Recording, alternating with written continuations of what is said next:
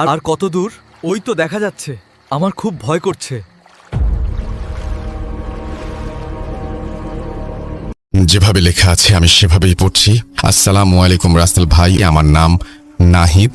আজ আমি যে ঘটনাটি শেয়ার করতে যাচ্ছি তা আমার জীবনে ঘটে যাওয়া বিভীষিকাময় এক ঘটনা। আমার নানা বাড়ি ছিল আমার বাড়ি থেকে 1 কিলোমিটার দূরে অন্য একটি গ্রামে। আমার নানা হাজি মানুষ ছিলেন ও তার বিষয় সম্পত্তি আলহামদুলিল্লাহ ভালো ছিল, অনেক ছিল। আর তার মধ্যে আমি আদরের একমাত্র নাতি। সাল তখন 2010 নভেম্বর কিংবা ডিসেম্বর মাস। আমাদের জমিতে আলু করা হয়েছিল, তাই আমি আর আমার নানা বিকেল নাগাদ অর্থাৎ বিকেল 3টা নাগাদ বিলে গিয়েছিলাম। বিলটি ছিল আমার নানার বাসা থেকে 3 কিলোমিটার দূরে।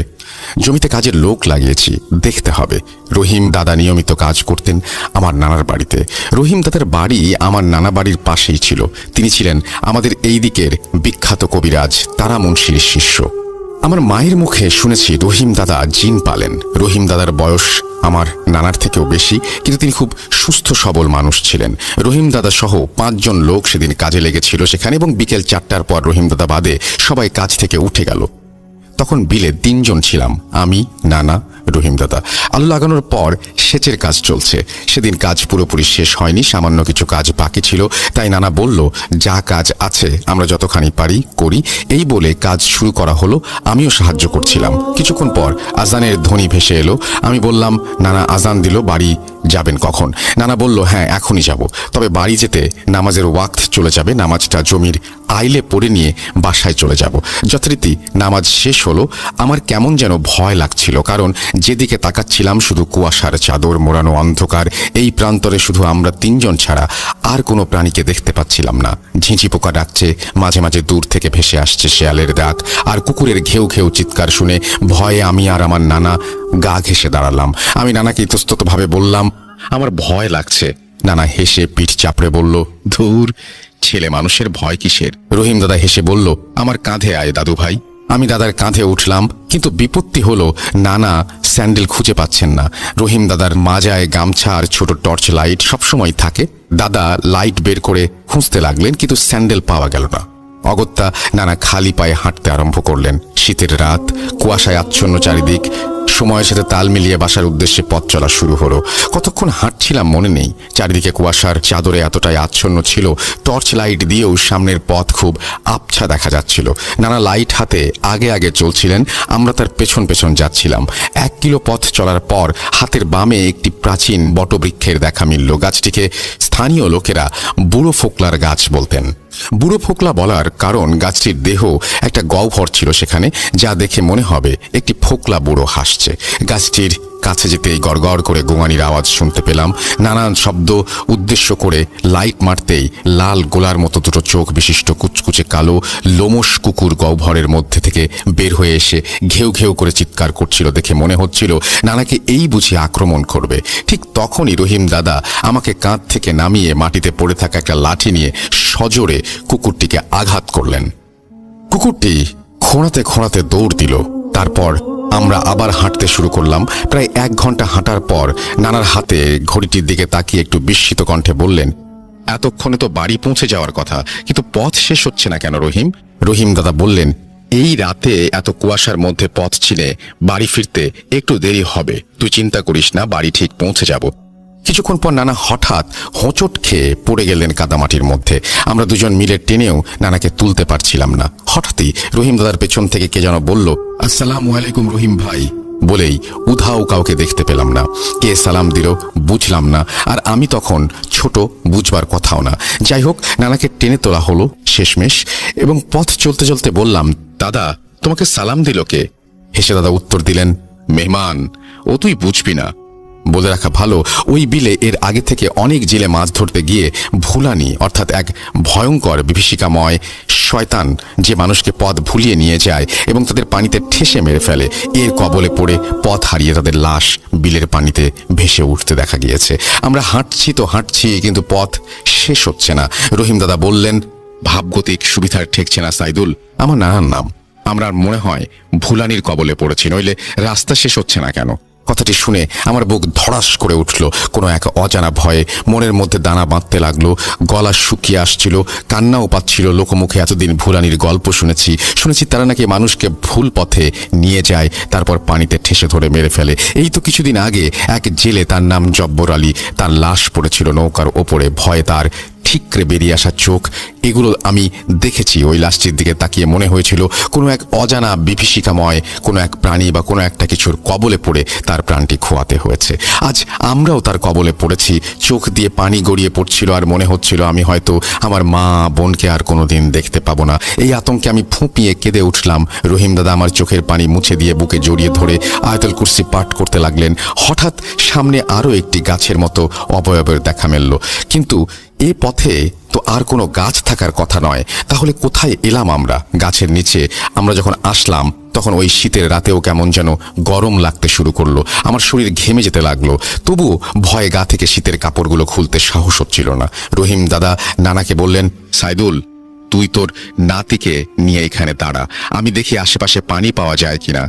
এই বলে রহিম দাদা পানি আনতে চলে গেলেন। আমার নানা বেশ পরহেজগার লোক ছিলেন। তিনি কিছুটা হলেও সেখানে বিপদের আঁচ পেয়েছিলেন, তাই তিনি আয়াতুল কুরসি তেলাওয়াত করতে শুরু করলেন। এর পরপরই বাতাসে ভেসে এলো কুকুরের ঘেউ ঘেউ চিৎকার। হঠাৎ দমকা হাওয়ায় গাছটির ডালপালা নড়ে উঠল। আস্তে আস্তে হাওয়ার দাপট বাড়তে লাগলো। নানা তখন জোরে জোরে আজান দিতে শুরু করলেন। আজান শেষ হতেই হাওয়ার দাপট কমে গেল। রহিম দাদাও ঠিক তখনই কোথায় থেকে যেন হুট করে চলে এলেন। তখন আমি কিছুটা সাহস ফিরে পেলাম। কিন্তু এ কি, রহিম দাদার চোখ এত লাল কেন? আমি কিছু বলতে যাব, ঠিক তখনই রহিম দাদা আমার নানার টুটি ধরে শূন্যে তাকে তুলে ধরলেন। নানা চিৎকার করতে পারছিলেন না, তিনি হাত পা ছোড়াছুড়ি করছিলেন। এবং এই দৃশ্য দেখে আমি ভয়ে নড়তে পারছিলাম না। বুঝতে পারছিলাম আমার চোখ বন্ধ হয়ে আসছে, চারপাশ আবছা হয়ে আসছে, কান দুটো ভোঁ ভোঁ করছে। তারপর আমার আর কিছু মনে নেই। পরদিন সকালে আমি চোখ খোলার পর দেখতে পাই আমি বিছানায়। আমার নানা আমার মাথার সামনে বসে দোয়া পড়ে ফুঁ দিচ্ছে, আর আমার নানি কান্নাকাটি করছে, আর রহিম দাদা আমার হাতে পায়ে তেল মালিশ করছে। আমি আমার কপালের ব্যথা অনুভব করলাম। বুঝতে পারলাম কপালে ব্যান্ডেজ লাগানো আছে, যা গত রাতে জ্ঞান হারিয়ে পড়ে যাওয়ার ফল। আমি নানাকে পরে অনেকবার জিজ্ঞেস করেছিলাম কিভাবে আমরা তিনজন বেঁচে ফিরলাম। তিনি আমাকে কোনো উত্তর দেননি। অনেকদিন পর নানা ও রহিম দাদাকে একসাথে করে আমি জানতে চাইলে তারা উত্তর দেননি। কিন্তু রহিম দাদা আমাকে বলেছিলেন বাকি ঘটনাগুলো। তার মতে তিনি যখন পানি নিয়ে আসলেন তখন যা দেখলেন তা দেখার জন্য রহিম দাদা মোটেও প্রস্তুত ছিলেন না। তিনি দেখলেন তারই মতো এক অবয়ব নানার টুটি ধরে তাকে তুলে অট্টহাসি হাসছে। এমন অবস্থায় রহিম দাদা দৌড়ে গিয়ে নানাকে জোরে ধাক্কা মারলে নানা পড়ে যায়। আর ওই অবয়বটি দাদাকে বলে, তুইও মরবি। এই বলে দাদার দিকে অগ্রসর হতে থাকে। দাদা তখন তার হাতে থাকা পানির সামান্য অংশ ওই অবয়বের দিকে ছুঁড়ে মারে। এর ফলে অবয়বটি চিৎকার করে বলে, কাজটি ভালো করলি না, আমি তোদের সবাইকে মেরে ফেলবো, বাঁচবি না, আমি আবার আসবই বলে অবয়বটি অন্ধকারে মিলিয়ে যায়। দাদা তখন নানাকে টেনে তুলে বলে, তুই ঠিক আছিস? উত্তরে নানা বলে, হ্যাঁ, তুই আমার নাতিকে দেখ, ও কোথায়? এই বলে নানা ও রহিম দাদা খোঁজাখুঁজির পর পাশেই ঝোপের মধ্যে অজ্ঞান অবস্থায় আমাকে আবিষ্কার করে। আমার শরীর ঠান্ডায় জমে যাচ্ছিল। নানা ও রহিম দাদা মিলে আমাকে চাদরে মুড়িয়ে হাত পা মালিশ করে আমাকে উত্তাপ দিচ্ছিল। কিছুক্ষণ পর আমার অবস্থা স্বাভাবিক হয়, কিন্তু ঘটনা তখনও কিছু বাকি ছিল। তখন রাত 3টা হবে। হঠাৎ চারপাশ থেকে প্রচণ্ড দুর্গন্ধ আসছিল। নানা ও রহিম দাদা আশেপাশে দেখলেন যে অনেকগুলো শুয়োর ভয়ানক শব্দ করে তাদের দিকে তেড়ে আসছে। এই দৃশ্য দেখে রহিম দাদা তার হাতে থাকা পানি মাটিতে ছিটিয়ে পা দিয়ে গোল করে গন্ডি কাটলেন এবং নানা আমাকে কোলে নিয়ে রহিম দাদার ওই বৃত্তের মধ্যে দাঁড়ালেন। ফলে শুয়োরগুলোর দূর থেকেই গর্জন করছিল যেন আমাদের ছিঁড়ে খাবে। এমতো অবস্থায় আবারও কে যেন রহিম দাদাকে সালাম দিল এবং বলল, রহিম, তুমি ভয় পেও না, আমি আছি। এই কথা বলার পরে শুয়োরগুলো আরো বিকৃত রূপ ধারণ করলো ও দাঁত খিঁচিয়ে আরো কাছে আসতে শুরু করলো। তখন রহিম দাদা তার হাতে থাকা পানি তাদের উদ্দেশ্য করে ফেলতেই তারা দিক বিদিক ছুটে পালালো। কিছুক্ষণ এইভাবে ভয় ও আতঙ্কে বসে থাকার পর প্রচণ্ড কুয়াশার মধ্যে তারা দেখলেন কতগুলো টর্চের আলো তাদের দিকেই আসছে। তারা ছিল একদল জেলে। আমাদের টর্চের আলো দেখে তারা আমাদের দিকে আসছিল। আমাদের অবস্থা দেখে তাদের বুঝতে বাকি রইল না আমাদের সাথে কি ঘটে গেছে। জেলের দল নানাকে চিনতে পারলেন এবং বিস্ময়ের সুরে বললেন, হাজী সাহেব, আপনারা এখানে কিভাবে এলেন? নানা তাদের প্রশ্নের উত্তর না দিয়ে করুণ কণ্ঠে বললেন, আমার নাতিটাকে বাঁচান, সে ভয়ে জ্ঞান হারিয়ে ফেলেছে, তার অবস্থা শোচনীয়। তারা আমাদের অভয় দিয়ে বললেন, চলেন আমরা আপনাদের বাড়ি পৌঁছে দিচ্ছি। আমরা তাদের অনুসরণ করে বাড়ির পথে চলতে লাগলাম। চলতে চলতে জেলেরা বলল, আপনারা আমাদের গ্রাম থেকে অনেক দূরে কালীতলা বিলের মাঝখানে এসে পড়েছেন, যে বিল আমাদের দিকে কুখ্যাত নামে পরিচিত। শুনেছি এই বিলে 1971 সালে মুক্তিযুদ্ধের সময় হানাদার বাহিনীরা সাধারণ মানুষকে মেরে পুঁতে রাখত। বাড়ি যখন পৌঁছালাম তখন ফজরের আজান দিচ্ছিল। জেলের দল আমাদের পৌঁছে দিয়ে তারা বাড়ি ফিরে গেল। এরপর 3 দিন রহিম দাদা আমাকে এক ঘরে আটকে রেখেছিলেন, কারণ রাতে আমি ঘুমিয়ে পড়লে একা একা হাঁটতাম ও দরজা খুলে বাইরে চলে যেতে চাইতাম। আমি বুঝতে পারতাম কে যেন আমাকে ডাকছে। কিরে, উঠে পড়, তোর বাড়ি যাবি না? আয় আমার সাথে। পরে রহিম দাদা কবিরাজি ঔষধে আমি সেরে উঠি। পরে আর কোনো সমস্যা হয়নি। রহিম দাদা আমাকে এখনো বলে, সালাম শুনতে পাও দাদু ভাই? বলে রাখা ভালো, আমি এখনো কয়েকদিন পর পরই শুনতে পাই কে যেন আমাকে সুমধুর সুরে সালাম দিচ্ছে, আসসালামু আলাইকুম দাদু ভাই। আমি জানি না কে আমাকে সালাম দেয়। রহিম দাদুকে জিজ্ঞেস করলে তিনি কোনো উত্তর দেন না, হেসে উঠে বলেন, মেহমান। এই ছিল আমার ঘটনা। যেভাবে লেখা আছে আমি সেভাবেই পড়ছি। আসসালামু আলাইকুম রাসেল ভাই, আমি শেখ আশরাফ হোসেন, অন্তর, জামালপুর, নান্দিনা থেকে। ঘটনাটি ঘটেছে আজ থেকে প্রায় 7 বছর আগে, রমজান মাসে। সালটা 2016। আমি একজন কুরআনের হাফেজ। তো রমজান মাসে আমাকে এক মসজিদে তারাবি নামাজের জন্য নেওয়া হয়। সঙ্গত কারণে সেই জায়গাটার নাম অনুল্লেখ থাকলো। তো আমাকে যে মসজিদে নেওয়া হয় সেই মসজিদটা ছিল এক অজপাড়া গাঁয়ের জঙ্গলের মধ্যে। দিনের বেলা যেতেও অনেকে ভয় পায় সেখানে। রাস্তার দুপাশে বহু বছরের পুরনো মেহগনি গাছ, বটগাছ শির উঁচু করে দাঁড়িয়ে আছে। ব্রহ্মপুত্র নদীর একদম কুল ঘেঁষে ঢাকা জামালপুর মেইন রোড থেকে নেমে একটা গোরস্থান পাড়ি দিয়ে সেখানে অনেকটা পথ হেঁটে যেতে হতো। বলে রাখা ভালো, মসজিদটার কাছেই একটা কোরিয়ান ট্রেনিং সেন্টার ছিল, যেটা 2011 সালে অজানা কিছু সঙ্গত কারণে বন্ধ হয়ে গিয়েছিল। তারপর থেকে সেটা তালাবদ্ধ অবস্থায় থাকতো, কেউ সেখানে প্রবেশ করত না। অনেকের মুখে সেটাকে জিনদের বাসস্থান বলে শোনা যায়। প্রচণ্ড সাহসী হওয়ায় এই ব্যাপারগুলোকে আমি একদমই পাত্তা দেইনি বললেই চলে। তো কথা না বাড়িয়ে চলে যাওয়া যাক মূল ঘটনায়। 17 রমজানের দিন ইফতার করার পর আমি সেই মসজিদের উদ্দেশ্যে রওনা হলাম আমার বাড়ি থেকে। আমি আগেই বলেছি মসজিদটি ছিল এক অজপাড়া গাঁয়ে। অন্যান্য সময় দিনের বেলা যেখানে মানুষের আনাগোনা দেখতে পাওয়া দুষ্কর ব্যাপার, সেখানে রমজান মাসে ইফতারের পর মানুষের আনাগোনা দেখতে পাওয়া তো বিশাল বিলাসিতার ব্যাপার।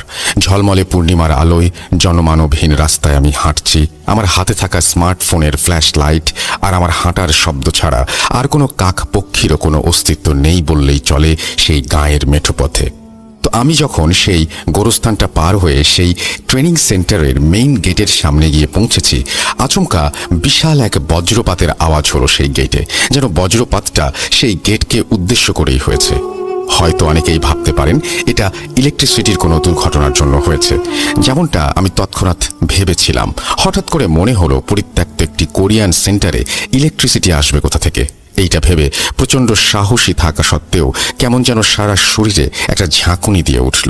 তবুও মনের ভেতর সাহসী শক্তি সঞ্চার করে যেই আমি সামনে এগোনোর জন্য সামনের দিকে তাকিয়েছি, হঠাৎ করে দেখি আমার থেকে প্রায় 20 ফুট দূরে এক বয়স্ক মুরব্বী লোক খুঁড়িয়ে খুঁড়িয়ে আমার দিকে আসছে।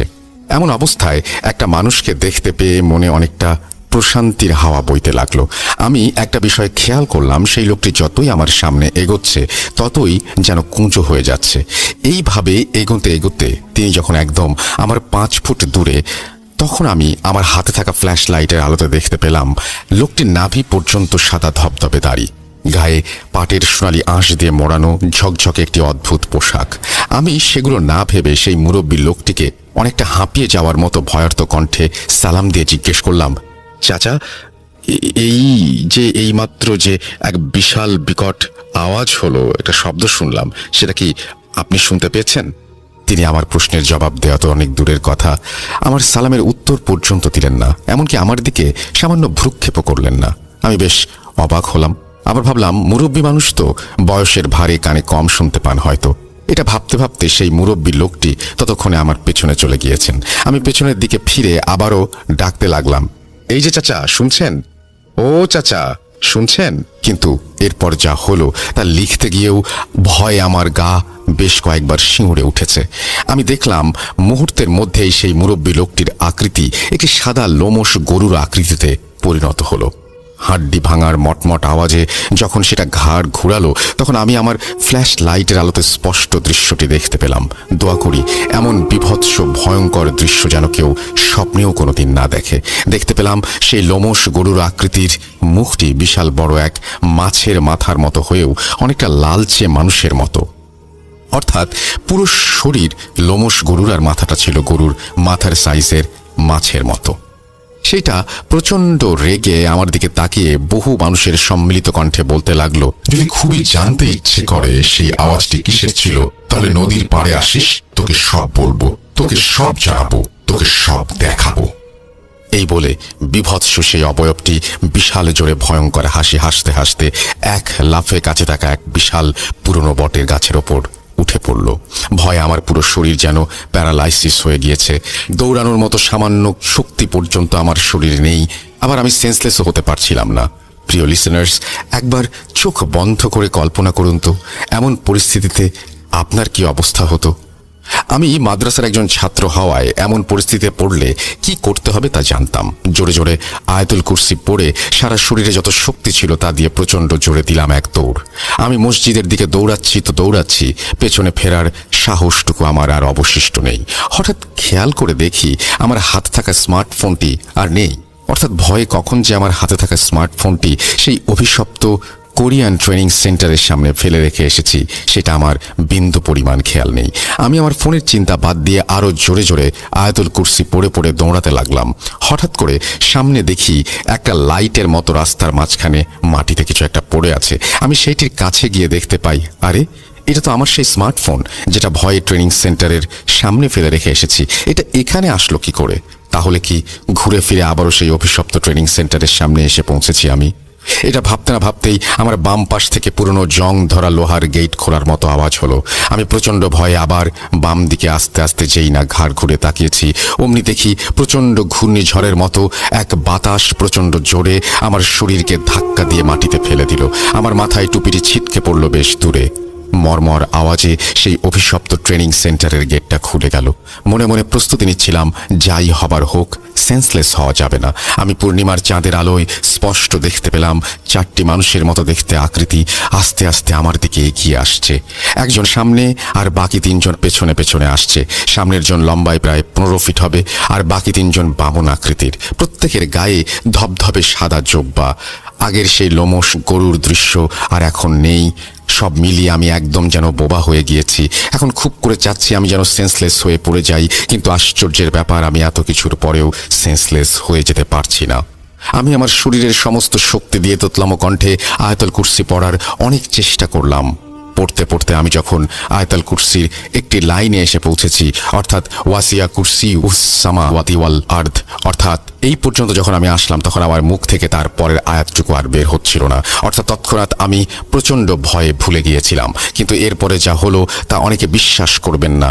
তাদের তিনজনের সামনে থাকা সেই সাদা জুব্বা পরিহিত 15 ফিট মানুষটি, অর্থাৎ অবয়বটি গম্ভীর কণ্ঠে বলে উঠলেন তার পরের লাইনগুলো, অর্থাৎ আয়াতুল কুরসির শেষ আয়াতটুকু যেটা আমি ভুলে গিয়েছিলাম। এত কিছু আমার পক্ষে আর সহ্য করা সম্ভব হলো না। সেন্সলেস হয়ে লুটিয়ে পড়লাম মাটিতে। সেন্সলেস হওয়ার আগে শুধু একটা কথাই শুনেছিলাম, ভয় পাবেন না হাফেজ সাহেব, আমরা আপনার। এতটুকু শুনতে না শুনতেই আমি অজ্ঞান হয়ে যাই।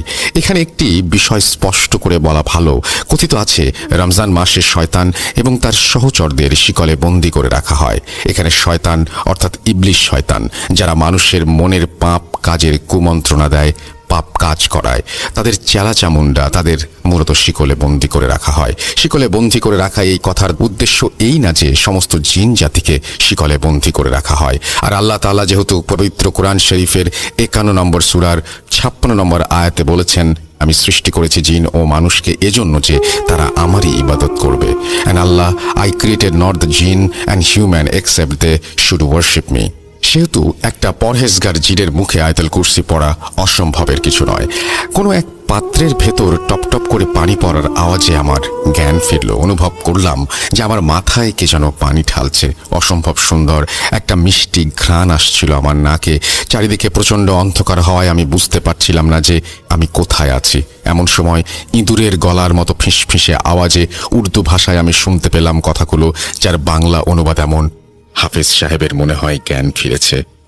অপর পাশ থেকে অন্য একজন আফসোসের কণ্ঠে বলে উঠল, আমাদের ওইভাবে হাফিজ সাহেবের সামনে যাওয়াটা ঠিক হয়নি।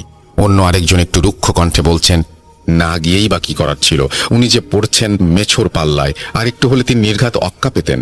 অতঃপর সর্বশেষ জন বিশাল গম্ভীর কণ্ঠে বললেন, বেশি কথা বলার দরকার নেই, ওনাকে দ্রুত ওনার গন্তব্যস্থানে পৌঁছে দিয়ে আসতে হবে, তাই দ্রুত করো। যদিও তারা সব উর্দু ভাষায় কথা বলছিল, তবুও সর্বশেষ জনের ভয়েস শুনে আমার বোঝার বাকি রইল না যে এটা সেই 4 অবয়ব যাদেরকে আমি সেখানে দেখে অজ্ঞান হয়ে গিয়েছিলাম। আমি কোনো কথা না ভেবেই ঘুটঘুটে অন্ধকারের ভেতর গায়ের সমস্ত শক্তি দিয়ে দিলাম এক দৌড়। অত্যন্ত আশ্চর্যের ব্যাপার ঠিক তখন ঘটল যখন আমি দৌড় দিলাম, তখন পুরনো কাঠের দরজার আওয়াজে একটি দরজা খুলে গেল। লাফ দিয়ে সেই দরজা থেকে বের হয়ে বাইরে এসে পূর্ণিমার চাঁদের আলোয় আমি যা দেখলাম তা কোনোদিন কেউ চর্মচক্ষে দেখেনি। আমি দেখলাম চারিদিক থেকে ঘেরাও করা বিশাল বড় দেয়াল আকাশ ভেদ করে যেন উপরে চলে গিয়েছে। বিশাল বড় বিস্তীর্ণ এক জায়গা, পেছনে মস্ত বড় একটি গাছ, সেই গাছের শিকড়ে একটি কাঠের দরজা, এছাড়া আর কোনো কিছুর অস্তিত্ব নেই সেই বিস্তীর্ণ জায়গায়। কোথায় আমি? মারা যায়নি তো? এ কথা সে কথা ভাবতে ভাবতে প্রচণ্ড জোরে উদ্দেশ্যহীনভাবে দৌড়াতে থাকলাম। দৌড়াতে দৌড়াতে এক পর্যায়ে আল্লাহর নাম নিয়ে জোরে একটা চিৎকার দিয়ে আবারও সেন্সলেস হয়ে পড়লাম। আবারও আমার জ্ঞান ফিরল যখন, তখন নিজেকে আমি আবার সেই খতমে তারাবির মসজিদের ফ্লোরে আবিষ্কার করি। আমার সহকারী হাফেজ সাহেব আমাকে ডাকছেন, হুজুর, নামাজের সময় হয়ে গিয়েছে, ঘুম থেকে উঠুন, জলদি অজু করে নামাজের প্রস্তুতি নিন। মানে কি? এতক্ষণ কি তাহলে আমি স্বপ্ন দেখছিলাম? এ কথা ভাবতেই আমার চোখ পড়ল হাতে। দেখি আমার হাতে ছোট বাচ্চার আঙুলের সাইজের 3টি আঙুলের ছাপ। আমার পায়েও দেখি একইভাবে 3টি আঙুলের ছাপ। মাথায় হাত দিয়ে দেখি আমার মাথার চুলগুলো এখনো ভেজা। না, এটা কোনো কালেই স্বপ্ন ছিল না, বরং এটি আমার সাথে ঘটে যাওয়া একটি রোমহর্ষক ঘটনা। সেই দিন আমি কাউকে কিছু বলিনি, এমনকি আমার সহকারী হাফেজ সাহেবকেও কিছু বলিনি।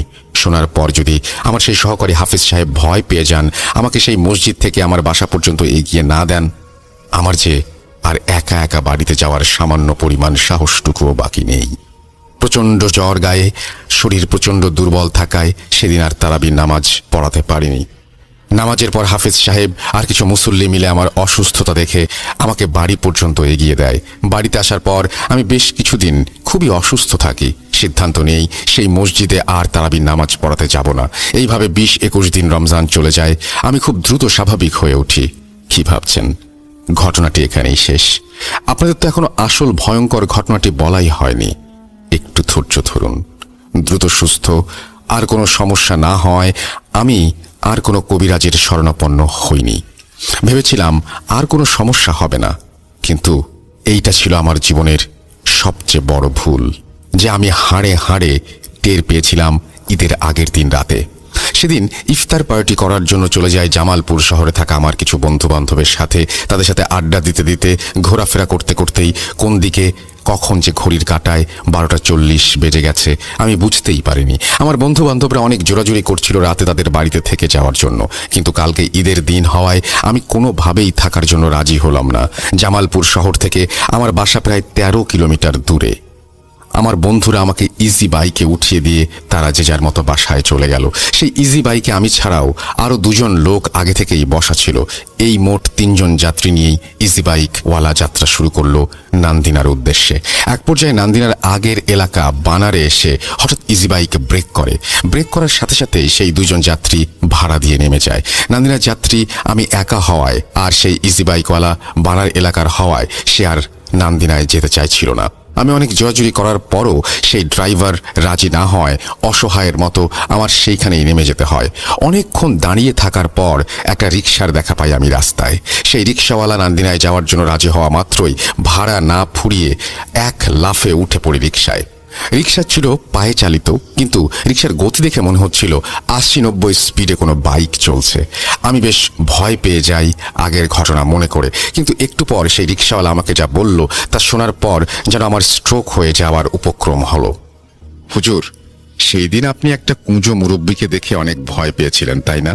তিনি আমার বাবা হন। আপনি তাকে সালাম দিয়েছিলেন। বয়সের ভারে উনি কানে কম শুনতে পেয়েছেন, তাই সালামের উত্তর নিতে পারেননি। তার জন্য আমি খুবই দুঃখিত। কিন্তু আপনার পেছনের দিকে ফিরে তাকে বিরক্ত করাটা কোনোভাবেই ঠিক হয়নি। আপনার মতো আরও একজন বিরক্ত করেছিল আমার বাবাকে সেই দিন। তাকে আমার বাবা একদম নদীর তলায় গিয়ে ডুবিয়ে মেরেছে। কথা শোনা মাত্রই রিকশা থেকে লাফ দেওয়ার জন্য আমি প্রস্তুতি নিয়েছি। অমনি সেই রিকশাওয়ালা তার পিঠের দিকে সম্পূর্ণ মুখ এনে আমাকে ভয়ঙ্কর আওয়াজে বলল, আজ কোথায় যাবি? সেই দিন তো সেই পাকিস্তানি বাচ্চাগুলো তোকে বাঁচিয়েছিল, কিন্তু আজকে কে বাঁচাবে? আস্তে আস্তে রিকশাটা আকাশের দিকে যেন উঠতে থাকলো। মুহূর্তের মধ্যে সেই রিকশাটা বিশাল বড় আকারের এক মাছের রূপ নিল। আমাকে সহ সে ডুব দিল ব্রহ্মপুত্র নদীর অতল গহ্বরে। জীবনের সব মায়া ছেড়ে দিয়ে মৃত্যুর আগের শেষ বাক্য কালেমা পড়া অবস্থায় আমি জ্ঞান হারাই। যখন আমার জ্ঞান ফিরল তখন আমি নিজেকে আবিষ্কার করি আমার বিছানায়। আমাকে ঘেরাও করে আমার পরিবারের সদস্য এবং আমার পরিচিত একজন ভালো কবিরাজ দাদু আমার সামনে দাঁড়িয়ে আছেন। সেই কবিরাজ দাদুকে প্রচণ্ড ভয়ে কান্নায় শক্ত করে জড়িয়ে ধরে বলি, আমাকে বাঁচান দাদু, এটা আমাকে পানির নিচে নিয়ে ডুবিয়ে মেরে ফেলবে। আমার এই অবস্থা দেখে কবিরাজ দাদু বাসার সকল সদস্যকে রুম থেকে বের হয়ে চলে যেতে বলেন। পরে আস্তে আস্তে আমার সেই কবিরাজ দাদু আমাকে সান্ত্বনা অভয় দিয়ে বলেন, আর ভয় নেই, আমি এসে গেছি। কাছেই গ্লাসে থাকা পানিতে অনেকগুলো তাবিজের কাগজ দেখতে পেলাম। দাদু আমাকে সেই পানি পান করতে বললেন। সেই পানি পান করার পর দাদুকে আমি সমস্ত ঘটনা খুলে বলার আগেই দাদু আমাকে গম্ভীর কণ্ঠে বললেন, আমি সব জানি রে। আমার আর তর সইছিল না। খুব অস্থিরতার সাথে দাদুকে জিজ্ঞাসা করলাম, আসলে আমার সাথে হয়েছিলটা কি? দাদু এরপর যা বললেন তা শুনে আমি একদম বোবা হয়ে যাই। দাদু বললেন, তুই আজ থেকে প্রায় 3 মাস যাবত নিখোঁজ। এই 3 মাসে আমরা তোকে অনেক খোঁজাখুঁজি করেছি, অনেক মাইকিং পোস্টারিং করেছি, কোনোভাবেই তোকে খুঁজে পাচ্ছিলাম না। হঠাৎ করে আজকে তোকে ছাদের ওপর অজ্ঞান অবস্থায় পড়ে থাকতে দেখা যায়। তৎক্ষণাৎ তোর বাবা মা আমাকে খবর দেন। পরে আমি সাথে থাকা কারিন জিনের মাধ্যমে সমস্ত ঘটনা শুনি। তোকে যে জিনটা আক্রমণ করেছিল সেটা ছিল সেই অজপাড়া গাঁয়ের পাশে ব্রহ্মপুত্র নদীর থাকা মেছু জাতের নিকৃষ্ট এক জিন।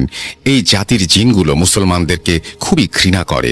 তুই প্রতিদিন সেই রাস্তায় চলাফেরা করায় তোর প্রতি শুরু থেকেই সেই মেছু জাতের জিনটা নজর রাখছিল। তার উদ্দেশ্য ছিল তোকে পানির নিচে নিয়ে গিয়ে ডুবিয়ে মেরে তোর শরীরের বিভিন্ন অঙ্গ চিবিয়ে খাওয়ার। কিন্তু শুরুতেই তোকে কোনো কিছু করতে পারেনি সেই পরিত্যক্ত ট্রেনিং সেন্টারে থাকা পাকিস্তান থেকে আসা ভালো পরহেজগার 4টি জিনের কারণ। প্রতিদিন তারা তোর পেছনে তারাবির নামাজ পড়তো। তোকে তারা বলতে গেলে খুবই মহব্বত করতো। সোজা বাংলায় বলতে গেলে সেই পরহেজগার জিনগুলো প্রোটেক্ট করতো সেই মেছো জিনের কবল থেকে তোকে। কিন্তু যেদিন তোর সাথে প্রথম সেই মেছোর দেখা হয় সেই দিন সেই পাকিস্তানি জিনগুলোর কাছের এক আত্মীয়ের বিয়ের অনুষ্ঠানে গিয়েছিল তারা। সেই দিন সেই মেছো এইটাকে সুবর্ণ সুযোগ মনে করে তোর উপরে ঝাঁপিয়ে পড়েছিল। কিন্তু তোর ভাগ্য সেদিন অনেক ভালো ছিল। সেই পাকিস্তানি জিনগুলো ফেরার পথে তোকে এমন অবস্থায় পেয়ে বাঁচিয়ে দেয়। কিন্তু তুই এগুলো জানতিস না বলেই অজ্ঞান হয়ে পড়ে যাস সেই ভালো জিনদেরকে দেখে। সেই পাকিস্তানি পরহেজগার জিনগুলো তোকে তাদের জগতে নিয়ে গিয়ে তোর মাথায় পানি ঢেলে তোকে মসজিদে শুইয়ে রাখে। অর্থাৎ আমি যে বিস্তীর্ণ এলাকা দেখেছিলাম সেটা ছিল জিনদের জগৎ, যার কারণে তোর হাত পায়ে স্পষ্ট 3 আঙুলের ছাপ দেখতে পাওয়া যায়। বিশেষ করে ঈদের আগের দিন রাতে তোকে সেই মেছোটা একা পেয়ে তার সর্বোচ্চ আক্রমণ তোর উপর চালায়। তুই প্রায় মরেই যাচ্ছিলি পানিতে ডুবে। এমতো অবস্থায় তোকে সেই 4 পরহেজগার জিন সেই মেছোর হাত থেকে উদ্ধার করে। তোকে বাঁচাতে গিয়ে সেই মেছোর সাথে তুমুল সংঘর্ষ হওয়ায় পাকিস্তানি জিনদের মধ্যে একজন মারা যায়, আর সেই মেছোটাকেও তারা মেরে ফেলে। তোর অবস্থা অত্যন্ত খারাপ হওয়ায় তোকে নিয়ে আবারও সেই জিনরা তাদের জগতে চলে যায় তোর চিকিৎসার জন্য। আর তুই সুস্থ হওয়ায় আজ তোকে সেই জিনটা তোর বাসার ছাদে রেখে গেছে। তার প্রমাণ তোর হাতে পায়ে লেগে আছে এখনো। ঘটনাগুলো যখন আমি শুনছিলাম তখন আমার চোখ থেকে অঝরে পানি ঝরছিল। সব বলা শেষ করে কবিরাজ দাদু বললেন, আর ভয়ের কিছু নেই। এই নে তাবিজ, এটা সব সময় কাছে রাখবি। খবরদার এটা যেন হারাবি না, কারণ সেই মেছো মরে যাওয়ায় তার বংশের অন্যান্য জিনগুলো তোর ওপর প্রচণ্ডভাবে ক্ষিপ্ত। সুযোগ পাওয়া মাত্র তোর ক্ষতি করবে। এই তাবিজটি যতক্ষণ তোর সাথে থাকবে আল্লাহর রহমতে কেউ তোর ক্ষতি করতে পারবে না। আর ভুলেও কখনো নদীতে গোসল করতে যাবি না।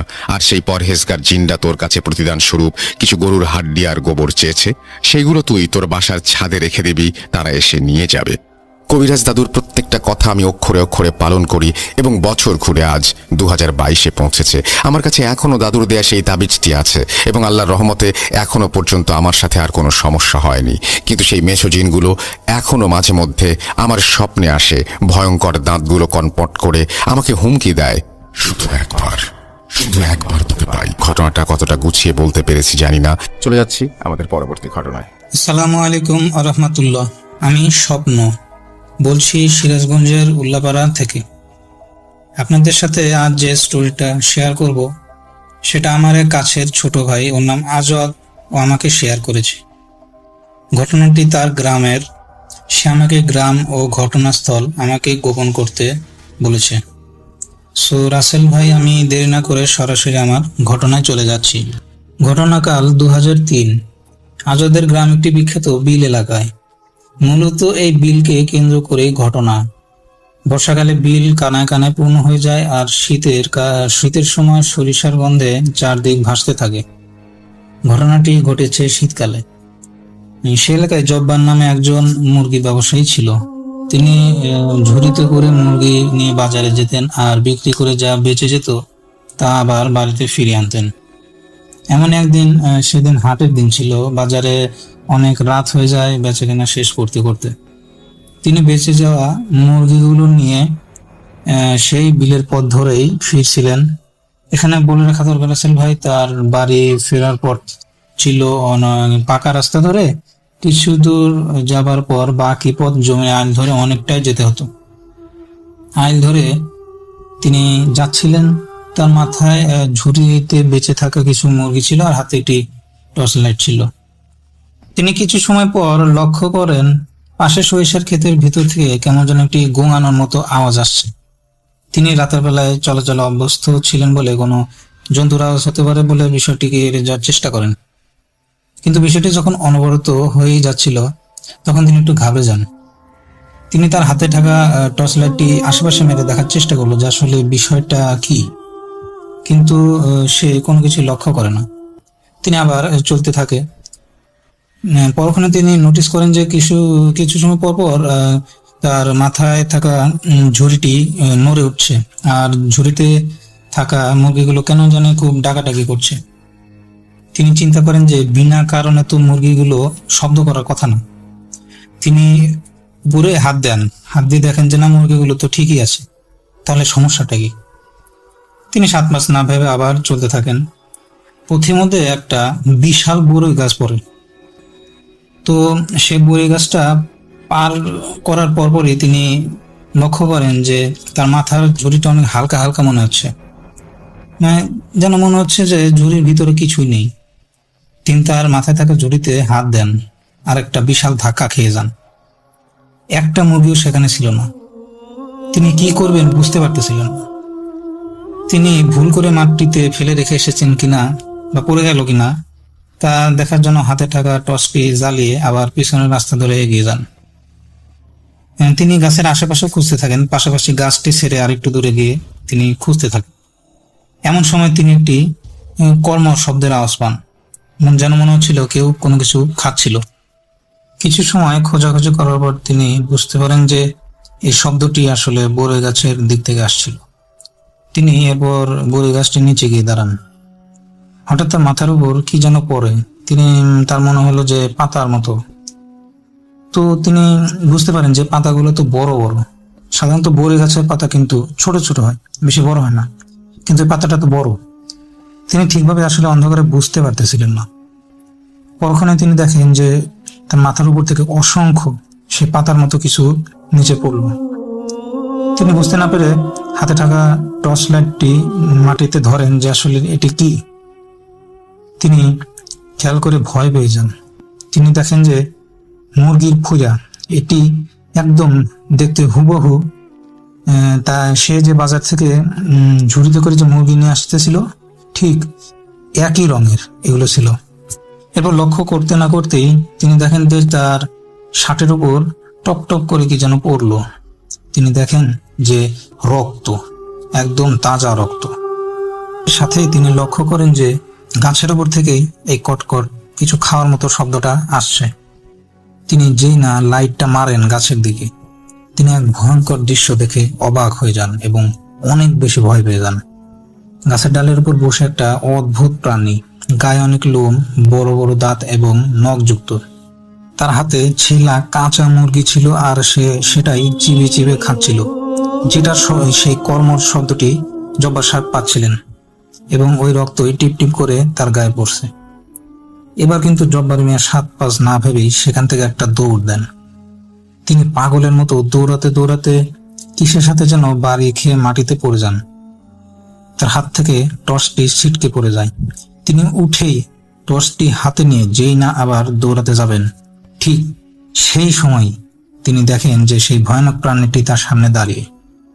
তার হাতে সেই ছেলা মুরগিটি ছিল, যেটি সে রক্তমাখা লম্বা লম্বা সুচালো দাঁত বের করে চিবিয়ে চিবিয়ে খাচ্ছিল। জব্বার মিয়া অজ্ঞান হয়ে যাওয়ার মতো অবস্থা হয়। তিনি এত ভয় পেয়ে যান। ঠিক অজ্ঞান হয়ে যাওয়ার উপক্রম যখন তৈরি হয়, তখন ওই প্রাণীটি অনেক ভারী আর ভয়ানক গলায় বলে ওঠে, এবার তোকে খাবো। এইটা বলেই সে জব্বার মিয়ার চুলের মুঠি ধরে পাশের সরিষার ক্ষেতের ভিতরে টেনে হিঁচড়ে নিয়ে যেতে থাকে। এক পর্যায়ে জব্বার মিয়া অজ্ঞান হয়ে যায়। ভোরে এলাকার স্থানীয় চাষিরা তাকে অজ্ঞান অবস্থায় দেখতে পান আর হাসপাতালে নিয়ে যায়। এবার আরেকটি সমস্যা দেখা দেয়। জব্বার মিয়া জ্ঞান ফেরার পরে থেকে আর কোনো কথা বলতে পারছে না। আর একটি অবাক বিষয়, সে তার চোখের মনি নড়াতে পারতেছিল না। সে সবকিছু দেখতে পারে, কিন্তু সে চোখের মনি আর নাড়াতে পারে না। তাকে অনেক ধরনের চিকিৎসা এরপর করা হয়, কিন্তু সে ওই রাতের পর থেকে আর কোনো কথা বলতে পারে না আর চোখের মনি নাড়াতে পারে না। পরে গ্রামবাসীর সহায়তায় তার পরিবার একজন ওঝার সন্ধানে যান এবং একটি ওঝাকে নিয়ে আসেন। ওঝাটি জব্বার মিয়াকে দেখে বলেন, তিনি নাকি এক ভয়ানক পিশাচের খপ্পরে পড়েছিল। পিশাচটি বছরে একবার এই গ্রামে আসে তার শিকার করার জন্য। কাউকে একা পেলে পিশাচটি তার ক্ষতি করার চেষ্টা করে, আর ওনার যা ক্ষতি হওয়া তা হয়ে গিয়েছে। এখন হয়তো আর কিছু করাই সম্ভব না, তবে তিনি নাকি চেষ্টা করে দেখতে পারেন। তবে এই শীতের মৌসুমে সে আসলে কিছুই করতে পারবে না। বর্ষার পানি ওঠা পর্যন্ত নাকি অপেক্ষা করতে হবে। তাই যথারীতি বর্ষাকাল আসা পর্যন্ত পরিবারের সদস্যরা সবাই অপেক্ষা করে। ঠিক বর্ষাকাল আসার পর ওঝাটি আবার আসে এবং কিছু রিচুয়াল করবে বলে তার পরিবারকে জানায় এবং কিছু জিনিসপত্রের জোগাড় করতে বলে, আর মোটা অঙ্কের হাদিয়া নিয়ে চলে যায় এবং যাওয়ার আগে বলে সে 2 দিন পরে আসবে। তো এভাবে 2 দিন, 4 দিন, 7 দিন, 1 মাস করে মোট 3 মাস পার হয়ে যায়। তাও ওই ওঝার আর কোনো খোঁজ পাওয়া যায় না। 3 মাস পরে যখন আবার শীতের আগমন হতে থাকে, বর্ষার পানি শুকিয়ে যায়, তখন এলাকার সবাই একটি ভয়ানক জিনিস লক্ষ্য করে। ওই যে বড় গাছটা ছিল সরিষা ক্ষেতের পাশে, তার ঠিক নিচে উল্টো করে একটা মানুষের বডি মাটির নিচে অর্ধেক পোতা আছে। বডির পা ছিল উপরের দিকে আর মাথা ছিল নিচের দিকে। লোকজন প্রথমে ভাবছিল হয়তো কেউ খুন করছে, কিন্তু খুন করে কেউ এভাবে কেন মাটির ভিতর উল্টো করে পুঁতে রেখে যাবে, এটা এলাকাবাসীর মাথায় ঢুকতেছিল না। তারা তৎক্ষণাৎ পুলিশকে খবর দেয়। পুলিশ এসে লাশটি টেনে তুলে বের করে। পরে এলাকাবাসী লক্ষ্য করে যে এটা সেই লাশ, সেই ওঝাটির লাশ, যে ওঝাটি জব্বার মিয়াকে ঠিক করবে বলে আজ থেকে প্রায় 3.5 মাস আগে চলে গেছিল, এখনো ফিরে আসে নাই। তো তার লাশ দেখে পুলিশ আরো লক্ষ্য করে যে তার দেহে অনেক আঘাতের চিহ্ন, তার জিহ্বা এখনো বের হয়ে আছে, চোখ দুটো এখনো খোলা আছে। পুলিশ বডি দেখে হক চকিয়ে যায়। পরে পোস্টমর্টমের জন্য বডিকে পাঠানো হয়। পরে পোস্টমর্টমের পরে জানা যায় যে প্রায় 3 মাস আগেই এই বডির মৃত্যু হয়ে গেছে। তো ডাক্তারগণ অবাক হয় যে এই বডিতে কোনো রক্ত ছিল না, একদম রক্ত শূন্য একটা বডি। আর 3 মাস ধরে এই বডি এখনো পচন ধরে নাই। এই জিনিসটা দেখে তারা আরো অবাক হয় যে কোনো প্রকারের কেমিক্যাল ইউজ করা ছাড়াই এই বডি কিভাবে এখনো না পচে অক্ষত অবস্থায় আছে। এরপর পরিবারের লোকজন একটু চিন্তিত হয়ে যায়। এদিকে জব্বার মিয়ার অবস্থা ধীরে ধীরে আরো অবনতি হতে থাকে। পরে তার পরিবার একটা বড় হুজুরের সন্ধান পান। হুজুরটি জব্বার মিয়াকে দেখতে এসে বলেন যে এক নরখেকো খবিশ জিনের খপ্পরে পড়ে আজ জব্বার মিয়ার এই অবস্থা। এই খবিশ জিনটি শীতের সময় এই গ্রামে আসে এবং 5-6 মাসের জন্য এই গ্রামে অবস্থান করে আবার অন্য কোথাও শিকারের সন্ধানে চলে যায়। ওই দিন যখন জব্বার মিয়া একা একা এই পথ ধরে আসতেছিল, তখন ওই খবিশ জিনের নজরে জব্বার সাহেব পড়ে যান। তার সাথে থাকা মুরগিগুলোকে দেখে খবিশ জিন লোভ সামলাতে না পেরে সেই মুরগিগুলোকে নিয়ে খেতে শুরু করে। আর যখন জব্বার মিয়া খোঁজা ছলে এদিকে ওদিকে টর্চের আলো মেরে দেখতেছিল, তখন খবিশ জিনটি অনেক বিরক্ত হয়ে যায় আর জব্বার মিয়ার বিরাট ক্ষতি করে ফেলে। তো এখন আসলে পরে হুজুরটি বলে যে এখন আসলে কিছু করা সম্ভব নয়, অনেক দেরি হয়ে গেছে। আর হুজুর বলে যায় যে সেই খবিশ জিনটি আর আসবে না। এটি বলে হুজুর কিছু পানি পড়া আর বাড়ি বন্ধ করে দিয়ে যায়। এরপরে আর জব্বার সাহেবের শরীরের কোনো উন্নতি হয়নি। অবনতি হতে হতে অনেক কষ্ট সহ্য করার পর শেষে 2005 সালের ফেব্রুয়ারি মাসে জব্বার সাহেব মারা যায়।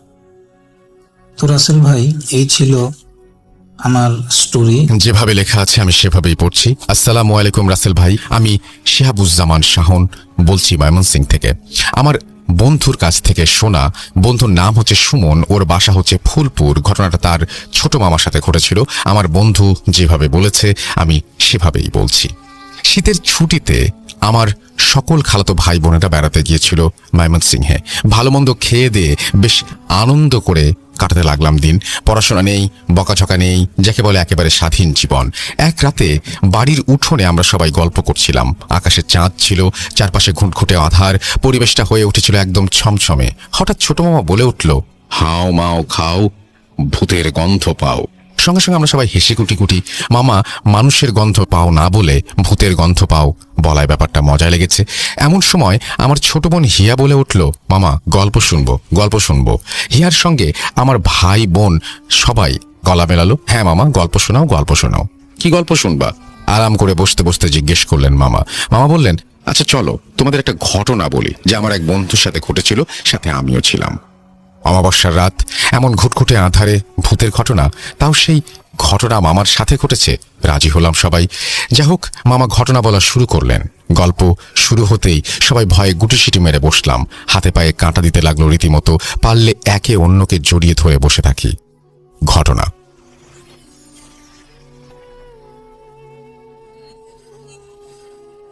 সালটা ছিল 2006। সবেমাত্র আমি ইন্টারমিডিয়েট পরীক্ষা শেষ করে বাড়িতে বেকার বসে আছি। কোনো কাজ নেই, কিচ্ছু নেই। সারাদিন বন্ধুদের সাথে আড্ডা দেই, ঘোরাঘুরি করি, এভাবেই দিন কাটছিল। একদিন আমাদের গ্রামের এক পুকুর ঘাটে বসে আমরা বন্ধুরা মিলে আড্ডা দিচ্ছি। হঠাৎ এক বন্ধু বলে উঠল, ধুর, এভাবে বসে থাকতে আর ভালো লাগে না, পরীক্ষা শেষ, চল সবাই মিলে কোথাও যাই, ঘুরে আসি। এমন সময় আমার এক বন্ধু আজিজুল বলে উঠল, চল আমার মামার বাড়ি থেকে ঘুরে আসি, সবুজে ঘেরা পাহাড়ি অঞ্চল, ভালো লাগবে। তো যে ভাবা সেই কাজ। দিনটি ছিল শুক্রবার। জুম্মার নামাজ ও দুপুরের খাবার শেষ করে আমাদের বের হতে হতে বিকেল হয়ে যায়। আমাদের গন্তব্য হচ্ছে ময়মনসিংহ থেকে শেরপুর নাকুগাঁও। বন্ধুর বাবার গাড়ির গ্যারেজ ছিল, সেইখান থেকে একটা গাড়ি ম্যানেজ করে আমরা গন্তব্যের উদ্দেশ্যে রওনা দিলাম। আমাদের শেরপুর পৌঁছাতে পৌঁছাতে সন্ধে হয়ে গিয়েছিল।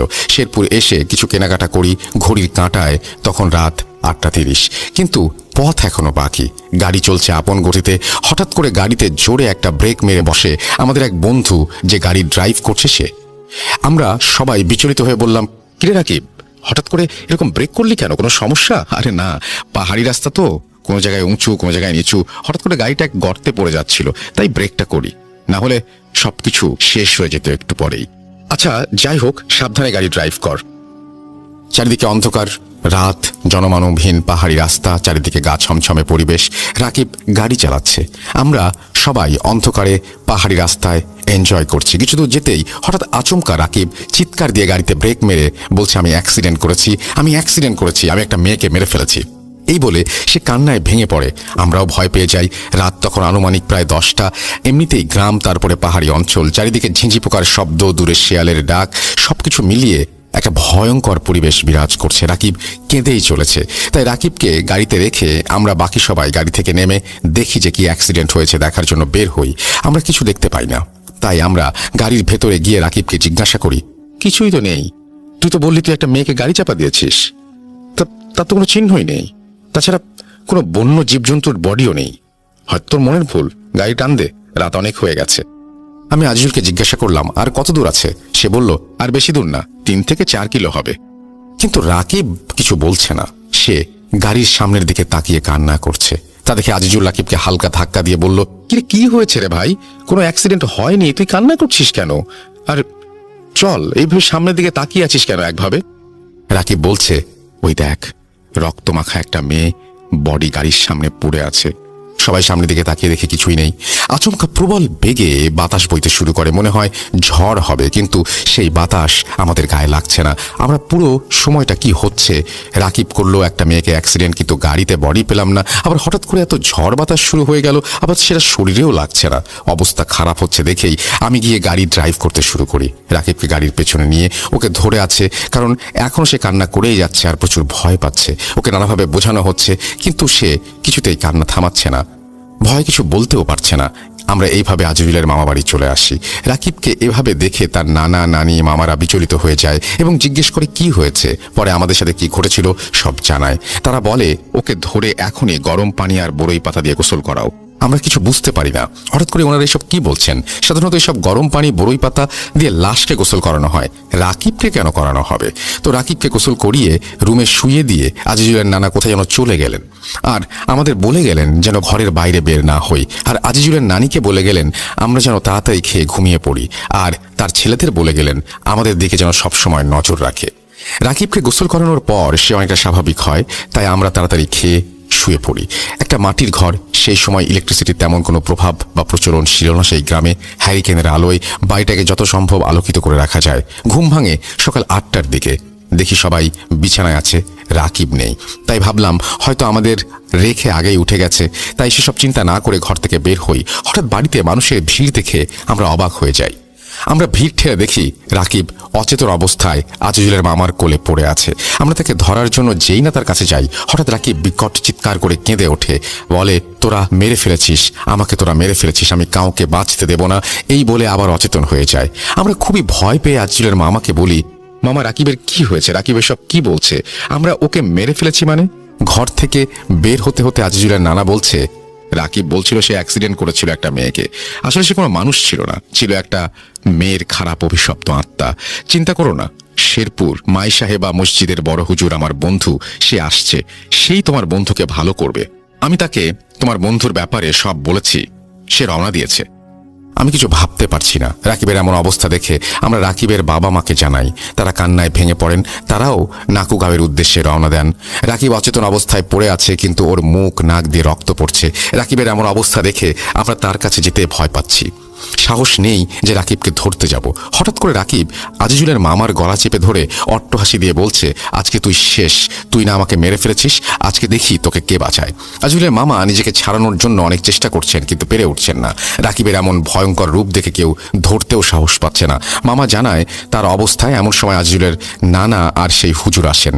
আর এমন অবস্থা দেখে হুজুর ওনার পকেট থেকে 2টা শিশি বের করেন এবং শিশি থেকে কি যেন তরল জাতীয় জিনিস রাকিবের গায়ে ছিটিয়ে দেন। সঙ্গে সঙ্গে রাকিব আজিজুলের মামাকে ছেড়ে দিয়ে একেবারে শীতল হয়ে যায়। সেই তরল জিনিসটা হচ্ছে পবিত্র জমজম কূপের পানি। মামাকে সরায় রেখে দেয় এবং আর সেই শিশিতে দোয়া পড়ে ফু দিয়ে মোমবাতি দিয়ে সিলগালা করে পুনরায় ওনার পকেটে রেখে দেন এবং বলেন, আমি দোয়া লিখে দিচ্ছি, এই দোয়াটা বলবা যেন তামার তাবিজে ভরে কোমরে বেঁধে রাখতে হবে, ইনশাল্লাহ কোনো সমস্যা হবে না।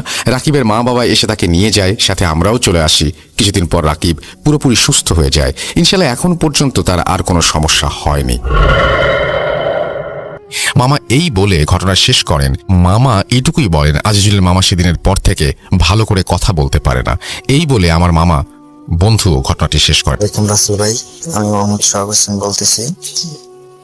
আমার আহম ডিস্ট্রিক্ট, খুলনা বিভাগ, ঝিনাইদহ জেলা, মহেশপুর থানা, কোন এক গ্রামে। চলেন আমরা ঘটনায় চলে যাই। মানে হুজুরের বাড়ি মাদ্রাসা গোটা, ঠিক আছে, আমার বাড়ির পাশে হচ্ছে ওখানে। যেখানে পড়লে মনে করেন যে সব থেকে বড় ছিলাম 2-3 জন, তার ভিতরে একটা ছাত্র ছিল বড় আর আমি ছিলাম। তো আমরা 2 জন মনে করেন যে আমাদের 2 জনের দায়িত্ব ছিল মাদ্রাসা যত ছেলে ছিল সবার দেখে শুনে রাখার বা মাদ্রাসায় কোনো কিছু ঘটলে হুজুরের কাছে জানানো। তো মনে করেন যে আমরা ঘুমিয়ে গেছি প্রায়, মানে দায়িত্ব ছিল আপনার। ঘুমিয়ে গেছি প্রায়। ঘুমানোর পরে মনে করেন যে হঠাৎ করে একটা বাচ্চা কান্না করে ওঠে, প্রথম আর কি যে রিপোর্টে বাচ্চা কান্না করে ওঠার পরে আমরা শুনেছি, শোনার পরে 2 জন একটু কি ব্যাপার কোনে কান্না করলো, আমরা কান্নাঘোষা করতেছি আর কথা বলতেছি। বলার পরে মনে করেন যে আমরা আর কোনো কিছু হয়নি, শুয়ে পড়েছি। শোয়ার পরে গ্রামের থেকে লোকজন আসে লাঠি নিয়ে, কেউ লাইট নিয়ে, কেউ হেরিকেন নিয়ে আসার পরে মানে বলতেছে তোমাদের মাদ্রাসায় এরকম একটা বাচ্চা কান্না করে উঠেছে, কি কারণে, মানে কেউ মারেছে নাকি মারামারি এরকম কোনো কিছু করেছে? না, কিছু করিনি আমরা। তো বলতেছে ঠিক আছে তোমরা মাদ্রাসা ভালো করে দেখো ছাত্র ঠিক আছে কিনা। তো আমরা মাদ্রাসার লাইট দিয়ে আমরা দেখতেছি সবাই ঠিক আছে কিনা। তো দেখি একটা বেড খালি, একটা বেড খালি দেখে আমরা ভয় পেয়ে গেছি 2 জন, কি ব্যাপার এই ছাত্র কই গেল, তাহলে হতেই পারে এর কোনো কিছু, বা বাইরে গেছে এরকম কোনো কিছু, গলা কাটা ধরে নিয়ে গেল কিনা, এরকম একটা মতলব করতেছি আমরা যে গলা কাটাই ধরতে পারে। তো আবার ভাবতেছি গেটে তালা দেয়া, কিভাবে এটা হবে। তো পরে এক পর্যায়ে লাইট দিয়ে সবাই গুনা হচ্ছে, গুনার পরে দেখি যে একটা ছাত্র ওই যে বেডটা খালি, ওই ছাত্রটা আর একটা ছাত্র বেডে চলে গেছে। তো যাই হোক ওইটা গেছে, তারপরে সবার কাছে বললাম দেখেন এরকম এই জায়গায় কান্না হয়নি, কান্না হয়েছে বাঁশবাগানে, আমাদের মাদ্রাসার সামনে একটা বাঁশবাগান আছে ওই জায়গায়। তো আমরা শুনেছি কান্নাটা অদ্ভুত একটা কান্না বাচ্চার, তো এটা আমাদের সাথে হয়নি। তো প্রথম মনে করেন যে এটা গেল, তা ওই দিন আমরা ভয় পাইছি যে এটা বাচ্চাটা কান্না করলো কই, সবাই খোঁজাখুঁজি করতেছে লাঠি নিয়ে লাইট নিয়ে। তারপরে মাদ্রাসার পাশে ফাঁড়ি আছে, ফাঁড়ি থেকে পুলিশ আছে যে কি ব্যাপার এরকম ঘটনা ঘটেছে, তো কি তোমাদের মাদ্রাসার কোনো কিছু কিনা বা হুজুর কারো মারেছে কিনা শিকার যাও, সমস্যা নেই। তো বলি যে না সমস্যা নেই, আমাদের এরকম কোনো কিছু ঘটেনি, আমাদের মাদ্রাসার ছাত্র ঠিক আছে, আমরা তো ঘুমিয়ে গেছিলাম। তো মাদ্রাসার সামনে বাঁশবাগানের ভিতরে এরকম কান্না করেছে আমরা শুনেছি। সবাই খোঁজাখুঁজির পরে যখন পায়নি তখন চলে গেছে যার বাসায়, শেষে চলে গেছে। তো তার কিছুদিন পরে শবে বরাতের রাত, তো শবে বরাতের রাত্রিতে মানুষ নামাজ কালাম পড়ে, আমরা মাদ্রাসার ছাত্র সবাই নামাজ কালাম পড়তেছি। তো ওই ঘটনা ঘটে যাওয়ার কিছুদিন পর তখন আবার বড় ছাত্ররা মানে কোরআনের হাফেজ শেষ, কোরআন 30 পারা শেষ হয়ে গেছে, তারা শুনানি দিতে আছে মাদ্রাসায়। তো আমাদের মাদ্রাসাটার মনে করেন যে মাদ্রাসাটা কিরকম ছিল, মাদ্রাসাটার এক সাইডে ছিল পুকুর। তো পুকুরের যে পাউড়ি থাকে আর কি, ঘাট অনেক উঁচু, মানে মাদ্রাসার অর্ধেক সমান উঁচু। আর মাদ্রাসার সাত দিয়ে মানে একটা মানুষ হাঁটে যাবে এরকম একটা রাস্তা। তো ওই রাস্তা আর এক সাইডে মানে খাল আর কি, বিল টাইপের। আর মাদ্রাসার সামনে একটা বড় ওই যে বাঁশবাগানের কথা বললাম, একটু দূরি, মানে 10-12-20 হাত এরকম দূরি হবে বাঁশবাগান, বড় বাঁশবাগান, মানে ভয়ানক একটা জায়গা, অন্ধকার, খুব গুনগুনে। আর পিছনের সাইডে পাকা রাস্তা, তার সাইডে বট গাছ, মানে বড় একটা বট গাছ, এছাড়া একটা স্ট্যান্ড, ওই জায়গা থেকে মানুষ চলাচল করে। তো আমরা মনে করেন যে সবে বরাতের রাত্রি নামাজ কালাম পড়েছি, নামাজ কালাম পড়ে সবাই ইবাদত বন্দেগী করে আমরা শুয়েছি। শোয়ার পরে যেটা ঘটে, সর্বপ্রথম কয়টা বাজে তখন? তখন রাত 11টা 11:30 এরকম বাজে বা 12টা এরকম। তো বাজার পরে আমরা শুয়ে আছি, হঠাৎ করে দেখি মাদ্রাসার ছাদের উপর দিয়ে মানে একটা মানুষ যেরকম হাঁটলে যেরকম ছাদের উপরে আওয়াজ হয় সাধারণত, ওরকম না, অদ্ভুত একটা আওয়াজ, মানে ওর থেকে ভারী টাইপের একটা মানুষ হাঁটতেছে, বাট মানুষের মতো না, ভারী টাইপের এরকম কিছু, মনে হচ্ছে ছাদ ভেঙে যাবে এরকম একটা অবস্থা। তো ভাই আমরা একটু ভয় পেয়ে যাই, কি ব্যাপারে ছাদের উপরে তো রাত্রি কে, আমরা ডাকাডাকি করতেছি যে কে, কোনো আওয়াজ নেই, থেমে যাচ্ছে। আপনারা 5 জন আছেন, 5 জনই শুনছেন তাই তো? মানে একা যে আপনি শুনছেন তা না, একা না, আরো মানুষ শুনতেছে। আমার সাথে যে একজন ছিল, আমরা 2 জন এক জায়গায় থাকতাম, আর বড় যারা ছিল শুনুনি ওরা আলাদা থাকতো। পরে তাদের হ্যাঁ তাদের ডাক দিয়েছি, যার পরে বলতেছি ভাই এরকম মাদ্রাসার উপর দেখেন কে এরকম হাঁটাহাঁটি করতেছে।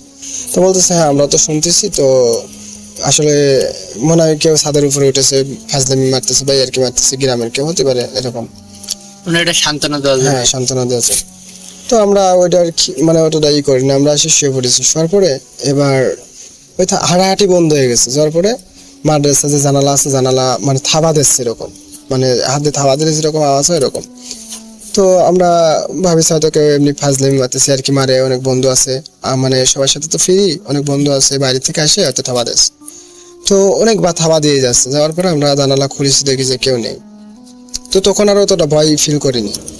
তো যখন ওরকম হাঁটা দেখেছে মাদ্রাসার সাইডে হাঁটাহাঁটি করতেছে, অনেক জোরে আওয়াজ হচ্ছে, তো আমরা 3-4 জন মিলে উঠলাম। ওঠার পরে আমরা লাইট নিয়ে আর কি একটা লাঠি নিয়ে আমরা মাদ্রাসার সাইডে গেছি। যাওয়ার পরে চারিপাশে আমরা দেখতেছি কেউ আছে কিনা, কে কে এরকম চিল্লাছি, ছাদের উপরে লাইট মারতেছি, তো কেউ নেই। তো মাদ্রাসার ভিতরে আমরা এসে আবার গেটে তালা দিয়ে সাধারণত পর্দা দিয়ে আমরা শুয়ে পড়েছি। শোয়ার পরে সেম আবার ওরকম জানালা খুলে মানে জানালায় থাবা দিচ্ছে, ডাকাডাকি করতেছে, এই এই এরকম ভাবে। তো যখন এই করে ডাকা শুরু করে দিয়েছে, একবার দেখেছি কেউ নেই, তখন আবার ডাকতেছি, কিছুক্ষণ পর ভয় পেয়ে গেছি অনেকটাই। তো ভয় পাওয়ার পরে আমরা আবার বড় সবার ডাক দিয়েছি, ভাই এরকম ঘটনা ঘটতেছে। তো আসলে সাধারণ কোনো ঘটনা না হয়তো, কারণ সাধারণ কত ঘটনা ঘটলি আমরা যখন বাইরে গেছি তখন সেই লোকগুলো চলে যেত বা এরকম আর কোনো কিছু করতো না। তো এক পর্যায়ে যাই হোক আমরা একটু ভয় টাইপের পাইছি, সবার ডাকাডাকি করেছি। ডাকার পরে বড় যারা আছে আমরা 5-7 জন মিলে উঠেছি। ওঠার পরে আমরা সবাই পরামর্শ করছি কি হতে পারে বা কি রকম। তো ডাকাডাকি করার পরে হুজুরের তখন আমরা ডাক দিনি, হুজুর শুয়ে আছে, নামাজ পড়েছে সবাই বেলাতে, তো ক্লান্ত। তো এবার আমরা ওরকম করার পরে ডাকাডাকি করতেছে, জানলা থাবাচ্ছে। তো ছাদের উপর হাঁটাহাঁটি করতেছে, 2-3 জন এরকম বাড়তি আছে। তো ভয়টা আসলে বাড়তে থাকতেছে যে কি হচ্ছে আমাদের সাথে, এটা কি ঘটতেছে। তো তারপর হঠাৎ করে মাদ্রাসার পিছনের সাইডে যে গেট, বট গাছ যে সাইডে, ওই গেটের সামনে 2টা বিড়াল, 2 সাইডে গেট মানে ক্লাসিবল যে গেটটাকে কোরাস গেট, ওই কোরাস গেটে 2 সাইডে 2টা ডাকাডাকি করতেছে অনেক বেগে, একটা সাদা একটা কালো বিড়াল। তো বিড়াল ডাকাডাকি করতেছে অদ্ভুত একটা মানে সাউন্ডই, মানে আর বিড়ালটা সাধারণ কোনো বিড়ালের মতো ছোট না, অনেক বড়। তো দেখে মনে করছে অনেক ভয় পেয়ে গেছি আমরা যে কিরকম মানে এরকম ঘটনা ঘটতেছে, তারপর বিড়াল এরকম কেন ঘটতেছে। তো তারপর আমরা বড় ভাইদের ডাকতেছি, কেউ মানে কান্নাকাটির মতো করতেছে, ভাই এটা কি হচ্ছে এরকম কেন। তো বলতেছে দাঁড়া আমরা দেখতেছি। তো কিছু সূরা কিরাত পড়ে যখন ফুফা দেয় তো কাজ হয় না, ঠিক আছে কিছুক্ষণ থামার পরে আবার শুরু করে দেয়। তো যখন ওরকম কাজ হয় না, আমাদের হুজুরের ডাক দিয়ে, হুজুর এরকম ঘটনা ঘটতেছে, তো অনেকক্ষণ ধরে আপনার ডাক দিন, আপনি ঘুমিয়ে আছেন, তো আমাদের অনেক ভয় করতেছে, দেখেন এরকম বিড়াল আর 2টা ডাকাডাকি করতেছে অনেক বেগে, দেখেন। তো হুজুর ওঠার পরে ডাক দিয়ে এমনি ভাবে হয়তো বিড়াল এরকম কোনো কিছু। তো বিড়ালের তাড়ায় সাধারণত লাঠি দিয়ে মানে গেটে বাড়ি দিচ্ছে বা থাবাথাবি করতেছে এরকম কোনো কিছু করার পরে যখন বিড়াল মানে একটু ঠান্ডা হয় তখন বলতেছে সমস্যা নেই তোমরা ঘুমাই পড়ো, আমি ঘুমোই। তো হুজুর যেই শোয়ার পরে আবার দেখেছে ওইরকম অদ্ভুত মানে আরো জোরে সাউন্ড করে ডাকাডাকি করে। তো হুজুর বলতেছে এটা কি হচ্ছে, এরকম কতক্ষণ ধরে হচ্ছে, আমাদের ডাকে জিজ্ঞেস করে। করার পরে আমরা বলতেছি হুজুর এরকম প্রথমত তো ছাদের উপর এরকম হাঁটাহাঁটি করে, তারপর আমরা বাইরে গেছি। তো হুজুর বলতেছে বাইরে কেন গেছো, এরকম যা ঠিক হয়নি। তো আমরা গেছি, যাওয়ার পরে আমরা হুজুরের সবকিছু খুলে বলার পরে বলতেছে ঠিক আছে আমি দেখতেছি। তাদের সাথে সাধারণত কথা বলে যে দেখেন আপনাদের রাস্তা আপনারা যান, আমাদের মতো আমরা থাকতে দেন, বাচ্চা ছেলে আছে যারা লেখাপড়া করে, তো আপনারা এরকম করলে তাদের ঘুম ভেঙে যাবে, তারা নামাজ কালাম পড়ছে সবাই, তারা আজকে ইবাদত বন্দেগী করে সবাই ঘুমিয়ে গেছে, তো এরকম করেন না, আর আপনাদের তো কোনো ক্ষতি করেনি। তখন বিড়াল থামে গেছে, আবার কিছুক্ষণ পর আবার ডাকাডাকি শুরু হয়। তো ভয় আসলে বাড়তি থাকে আস্তে আস্তে যে এরকম সূরা কিরাত পড়ছে তারপরেও কাজ হচ্ছে না, বিড়াল তো হলেই লাঠি মাটি মারার পরে চলে যায়, তো যায় না কেন। তো আসলে যখন হুজুর আরো কিছু সূরা কিরাত পড়ে যখন ফু দেয়, ভালোভাবে সবকিছু জানার পরে বোঝার পরে বুঝতে পারলে যে অদ্ভুত কিছু ঘটনা ঘটেছে আমাদের সাথে, মানে ভৌতিক মানে ভয়ানক কিছু একটা। তখন ভালো একটা কিছু পরে যখন ফু দেয় তখন 2টা বিড়াল 2 দিকে মানে ছুটে কেন জানি মানে অদ্ভুত টাইপের ছুটে চলে যায় 2টা বিড়াল। তো 2টা বিড়াল ছুটে যাওয়ার পরে আমরা যাই হোক একটু হই যে না এটা সাধারণ কোনো বিড়াল ছিল না, বিড়াল হলেই এরকম হতো না, কারণ আমরা যখন ফু দিয়েছি ফুর কারণে ও যেত না, বা আমরা যখন লাঠি দিয়ে এরকম বাড়াবাড়ি করেছি তাহলে চলে যেত ভয়তে। তো তারপর কি ঘটে আমাদের সাথে, ওইখানে যদি থামে যেত তাহলে তো কোনো ব্যাপার ছিল না, কিন্তু তারপর আরো ভয়ানক কিছু ঘটনা ঘটে। যে বট গাছটা ছিল, বট গাছের মানে ডাল, তো দেখি বট গাছের ডালটা মাটিতে নামে আর উপরে ওঠে। তো তার কিছুক্ষণ পর দেখি যে মানে 2টা মানে অদ্ভুত টাইপের সাদা মানে কাপড় যেমনটা হয় ওরকম পরা, তো ওরা 2 জন এরকম মানে মানুষ ঝোল খেলে যেভাবে নাচানাচি করে ওইভাবে বট গাছের ডালে করতেছে। তো মনে হচ্ছে যে বট গাছের ডালটা ভেঙে গেল, কারণ নিচে যখন নামতেছে উঠতেছে অনেকটাই মুখটা কিরকম ছিল, মানে অদ্ভুত টাইপের, মুখ তো দেখা যাচ্ছে না, মানে কালো মতো, আর চুল নেই, সাদা কাপড় মতো পুরো ঢাকা, শুধু মুখটুকু বাস, শুধু মুখটুকু মানে হুডি পরলি যেরকমটা লাগে ওই টাইপের। তো মুখটা যখন আমরা দেখতে পাই তখন সবাই ভয় পেয়ে যায়, তখন অলরেডি বড় ভাই সবাই তো আর সাহসী থাকে না, তো দুইটা একটু ভয় টাইপের ছিল। তো ওরা দুইজন তো অলরেডি কান্নাকাটি শুরু করে দিয়েছে, আমরা কান্নাকাটি করতেছি, হুজুর এটা কি এরকম কেন? তো হুজুর বলতেছে তুই দেখ, তোরা সাইডে যাও, সমস্যা নাই, আমি দেখতেছি বিষয়টা। হুজুরের ফোন নিয়ে আসলেন সেটা কখন? হ্যাঁ ওটা পরে। তো ডাক দেওয়ার পরে এরকম করতেছে, করার পরে তো মনে করেন যে হুজুর সূরা কেরাত করেছে, তারপরে যখন কাজ হয়নি, কাজ না হওয়ার পরে তো আমাদের ছোট হুজুর যেটা ওটা ফোন দিয়েছে বড় হুজুরের কাছে, গ্রামেই বাসা, ওইখানে থাকে ফ্যামিলির সাথে।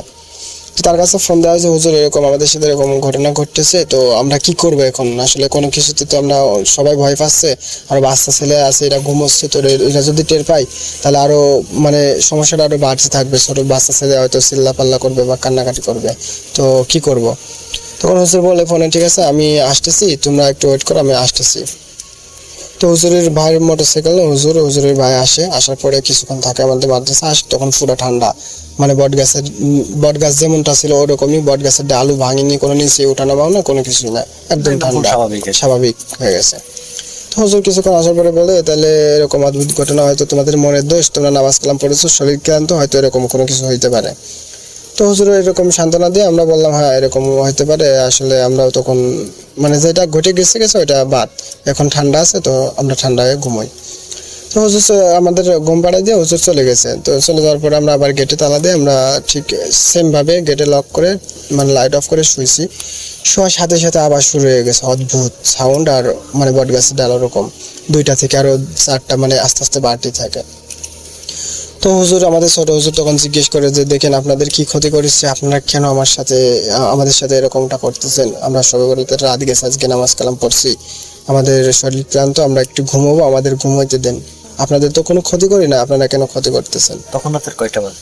তখন তো একটা অলরেডি বাজে গেছে, একটা প্লাস। পরবর্তীতে বলছিলেন যে আবার সে হুজুর লাঠি নিয়ে আসার সময় এটা আরো পরে। হ্যাঁ ওইটা আরো পরে। তো এবার মানে আমরা যখন এরকম করতে থাকি, তো ওর বটগাছে আরো বাড়তে থাকে, অদ্ভুত একটা আওয়াজ আসে। তো হুজুর বলে তখন কথা বলে, ওরা ওদের ভাষায় মানে কথা বলে, হুজুরের সাথে কথোপকথন হয়, কথা বলে যে এরকম আমরা এখন মাদ্রাসার ভিতরে মানে দোয়া করব, মানে আমরা একটা মিলাদ মাহফিল করব, তো তোদের কারণে আমরা করতে পারতেছি না, তোরা কেন আসিস? তো তখন বলে দেখেন আমরা তো এরকম মাদ্রাসার ছাত্র, আর এখানে কোনো খারাপ কিছু করা হয় না, এখানে কোরআন তেলাওয়াত করা হয়, আমরা তো দোয়া করি, তো এখানে সমস্যা নাই, আর আমরা তো এখন বের হতে পারবো না এখান থেকে, কোনোভাবে সম্ভব না, এতগুলো বাচ্চা আর এত রাত, গভীর রাত, এখন কোথায় যাব, কি করব? তো এক পর্যায়ে হুজুরের সাথে কথাবার্তা হয়, যখন কথা শোনে না, তো হুজুর আরো সূরা কিরাত পড়তে থাকে। তো পড়ার পরে ওরা আরো বাড়তে থাকে, তখন ওদের ভাষা ওরা বলে যে আসলে কিছুই করতে পারবি না, আমাদের কিছুই করতে পারবি না। ওদের ভাষা ওদের ভয়েস আর কি। হ্যাঁ ওদের ভাষা না, ওদের বাংলা ভাষা, ওদের ভয়েস আর কি, যে সাউন্ডটা মানে অদ্ভুত টাইপের একটা ভয়েস, যেটা মানুষের সাধারণত ভয়েস না, মানুষ বললে যেরকম ভয়েস এরকম না। তো ওরকম ভয়েস না, আমরা তো আরো ভীতু, অলরেডি 2টা সেন্স মানে জ্ঞান হারিয়ে ফেলছে, দুইটা বড় ভাই। তো জ্ঞান হারার পরে হুজুর আরো ভীতু, ভয় পেয়ে গেছে যে 2টা ছাত্র অলরেডি বড়, তারা বেহুশ হয়ে গেছে, তো কি করব? তো হুজুর আরো মানে ভালো কিছু জানতো, কোরআনের হাফেজ, খুলনা বিভাগের, উনি কিরাত প্রতিযোগিতায় ফার্স্ট ছিল, তো উনি আরো ভালো কিছু তেলাওয়াত করতে থাকে, পড়তে থাকে। তো ওনারা মানে ওদের যেই ভয়েস, ওদের ভয়েসে বলতে থাকে যে কিছুই করতে পারবি না, কয়টা করবি, আমরা অনেক আছি এইখানে। তো আসলে বটগাছের এখানে আমরা তখন একটু দূরে চলে আসি, কারণ এটা দেখলে আরো বেশি ভয় লাগতেছে, তো একটু মাদ্রাসার ভিতরে চলে আসছি গেটের সামনে থেকে। আসার পরে দেখি এরকম অদ্ভুত লাইট বা এরকম ভয়েস, এরকম বটগাছ, মানে বটগাছ মনে হচ্ছে যে পুরো বটগাছটাই ভেঙে যাচ্ছে, এরকম অবস্থা। তো তখন 2টা ভাই যখন বেহুশ হয়ে গেছে, ওদেরকে মাথায় পানি দেওয়া বা তেল দেওয়া, ওদেরকে জ্ঞান ফেরানোর জন্য চেষ্টা করতেছে। তো করার পরে আস্তে আস্তে ওরা যখন স্বাভাবিক হওয়ার পরে বলতেছে হুজুর কি হচ্ছে এটা, হুজুর এরকম কেন হচ্ছে, আমরা ভয় পাচ্ছি, ভালো লাগতেছে না, এরকম কিছু। তো বলতেছে দেখো তোমরা বড়, তো তোমরা সান্ত্বনা দেয় যে তোমরা বড়, তোমরা এরকম যদি করো, ছোট ছেলে বাচ্চা ছেলে এরা কি করবে, বা তোমরা কান্নাকাটি করলে বাচ্চা ছেলেরা উঠে পড়বে, তখন ঝামেলাটা আরো বাড়বে। তো আমরা চেষ্টা করি মানে এটা সমাধান করার, নিজেরা মোকাবেলা করতেছি, বাচ্চারা নাটের পাক, আমরা বড় যারা আছে এদের মাধ্যমে সমাপ্ত হোক। তো এক পর্যায়ে তারা এরকম মানে কথা বলতে থাকে, হুজুর কথা বলে আস্তে আস্তে, দেখেন এরকম করেন না, বিরক্ত করেন না, বা এরকম কোনো কিছু করেন না। তো করার পরে ওরা আরো বাড়তে থাকে, এক পর্যায়ে মনে করো যে বটগাছ এরকম করতেই থাকে, আর ছাদের উপরে এরকম হাঁটাহাঁটি করে মনে হয় যে ঢেলা মারতেছে, এরকম কোনো একটা অবস্থা। তো আস্তে আস্তে ওইটা হুজুর অনেক কিছু পড়ার পরে বট গাছের ওইটা ঠান্ডা হওয়ার পরে এবার মনে হয় যে আমাদের টয়লেটের মানে মাদ্রাসার যে টয়লেট মাদ্রাসার ভিতর দিকে গেট, কিন্তু মাদ্রাসার সাইড আর কি, মানে বের হওয়া যাবে না। তো মাদ্রাসার ওইটা এই পরে মাদ্রাসার ওই টয়লেটের উপরে কেউ ঢেলা মারতেছে এরকম কোন টাইপের, বা টয়লেটের ভিতরে কেউ আছে এরকম টাইপ। তো আমরা ফিল করে যাই, লাইট টাইট মারার পর দেখি কোনো কিছুই না। তো সবাই ওজু টজু করে আসে, আবার কোরআন তেলাওয়াত করতে থাকার পরে আবার দিকে অলৌকিক মানে অদ্ভুত আরো বেশি আলো, মানে অদ্ভুত লাইট, এবং বটগাছটা নামে উঁচুনামা করে আর কথা বলে এরকম চিল্লা পাল্লা অদ্ভুত সাউন্ড শুনি। তো হওয়ার পরে ওই হুজুর মানে একটা লাঠি নিয়ে আস্তে আস্তে তখন ফোন করা হয়, হুজুর গ্রামের থেকে আবার আসতে থাকে। তো হুজুর যখন আসে, হুজুর আস্তে আস্তে আসার পরে মানে ওইটা ঠান্ডা হওয়ার পরে মাদ্রাসার ভিতরে যখন আসে, না হুজুর ওইটা বলে যে আসার পরে আমাদের কাছে তখন তো আমরা জানি না, মাদ্রাসায় যখন আসার পরে বলতেছে, হ্যাঁ আমি যখন আসি মাদ্রাসাতে আসার পথে আমার সাথে এরকম অদ্ভুত টাইপের কিছু একটা ঘটে, বা যেটা তোমাদেরকে বলতে চাচ্ছি না কারণ তোমরাই ভয় পেয়ে আসো, আর ওইগুলো না হয় থাক। কিন্তু দেখি মাদ্রাসায় যখন আসার পরে গেটের ভিতরে সব লক করে দিয়ে আমরা এরকম মানে সবাই কথাবার্তা বলি, নিজেরা কোরআন তেলাওয়াত করি, ওই রকম টাইপের হতেই থাকে। তো দেখি এরকম মাদ্রাসার মানে সিঁড়িতে আসে কোনো কেউ কান্নাকাটি করতেছে। তো আমরা মাদ্রাসা গেটের সামনে যে আমরা দেখতেছি যে আমাদের সাথে এরকমটাই ঘটতেছে, তো আসলে কি হবে এরকম কোনো কিছু একটা। তো মাদ্রাসার গেটের সামনে যাই লাইট মারার পরে তো দেখি যে কোনো কিছুই নাই, আমার পিছনের সাইডে যে কান্না করে এরকম একটা অবস্থা। তারপর যে ওরা দুইজন যখন জ্ঞান ফেলে ওদের দুজনের সাথে বলতেছে কি, তো ওরা বলতেছে হুজুর আমার গায়ে ব্যথা, বা আমার মনে হচ্ছে আমার পা ধরে কেউ টানতেছে, বা আমার মাথার উপরে কেউ আছে, মাথার অনেক ভারী এরকম টাইপের। তো এক পর্যায়ে মানে তখন রাত 2টা 3টা মানে এরকম টাইপের হবে, তখন ওরা আসলে বাড়তে থাকে। তো হুজুরের বড় যে হুজুর আছে তার কাছে ফোন করার পরে ওই হুজুর একটা কি জানি বলে দেয়, মানে কোন একটা দোয়া বা কোন একটা মানে কোরআনের ভিতর থেকে কোন একটা কিছু বলে দেয়। তো বলে দেওয়ার পরে আমাদের যে ছোট হুজুর আছে ওইটা তেলাওয়াত করার পরে উনি মানে মাদ্রাসার ওই গেট দিয়ে ওইখানে আর কি ওইটা ফু দেওয়ার পরে আর কি বটগাছ সাধারণ মানে সিম্পল যেরকম ওরকমটা হয়ে যায়। তো মাদ্রাসার ছাদের উপরে আস্তে আস্তে হাঁটাহাঁটি করে বা এরকম টাইপের ইট মারে এরকম টাইপের কিছু একটা ঘটে। তো ঘটার পরে আমাদের বড় হুজুর যিনি গ্রামে থাকে উনি আসার পরে এরকম অনেক বার্তা বলে। তো বলার পরে আমরা কাহিনী জানতে চাইলাম যে কেন এরকমটা হচ্ছে বা হুজুর কি। তো তখন হুজুর আমাদেরকে বললো যে আসলে মাদ্রাসাটা অনেকদিন যাবৎ পড়েছিল, যে মাদ্রাসাটা ওইটা একটা বিল্ডিং ছিল। তো এই বিল্ডিংটা একটা লোক ছিল, যে লোকটা বিল্ডিং এর মধ্যে গলায় ফাঁস দিয়ে আর কি মারা যায়। আর তখন মারা যাওয়ার পরে অনেকদিন ওইখানে কেউ আসতো না, বা ওই দোকানপাট যা ছিল বন্ধ হয়ে যাওয়ার পরে অনেকদিন পড়েছিল, মানে ওইখানে কোনো কেউ আসতো না, কোনো কিছু করতো না, মানুষ মারা যাওয়ার পরে ঘটনাগুলো রীতিমতো চলেই যাচ্ছে, তাই তো? হ্যাঁ, এরকম ঘটতেই যাচ্ছে। তো হুজুরের কাছে আমরা জানতে চাচ্ছেন যে কেন এরকমটা ঘটেছে। তো তখন তিনি বললো যে এরকম টাইপের। তো তখন তিনি বলেন যে এরকম একটা লোক মারা গেছে, তারপর থেকে অনেকদিন খালি ছিল। তারপর তো আমরা গ্রামের সবাই মিলে উদ্যোগ নিলাম যে এখানে একটা মাদ্রাসা করব। তো আমি মাদ্রাসাটা প্রতিষ্ঠিত করি, তো সবকিছু পার্টিশন ভাঙিয়ে সবকিছু মিলে তো মাদ্রাসাটা করি। তো মাদ্রাসাটা করার পরে সাধারণত মাদ্রাসা চলতেই থাকে, কিন্তু হঠাৎ করে এরকম ঘটনা ঘটতেছে।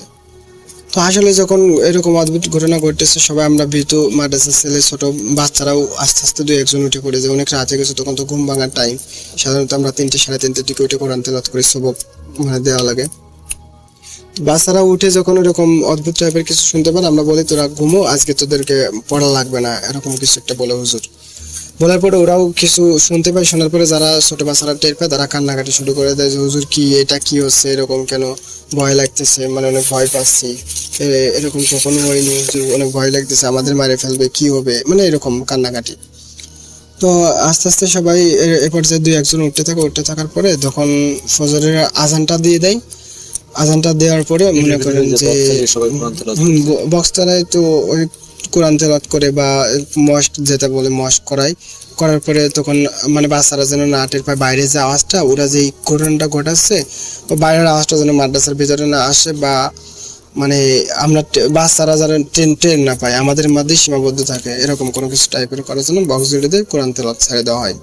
আর আমরা সবাই কথোপকথন করি।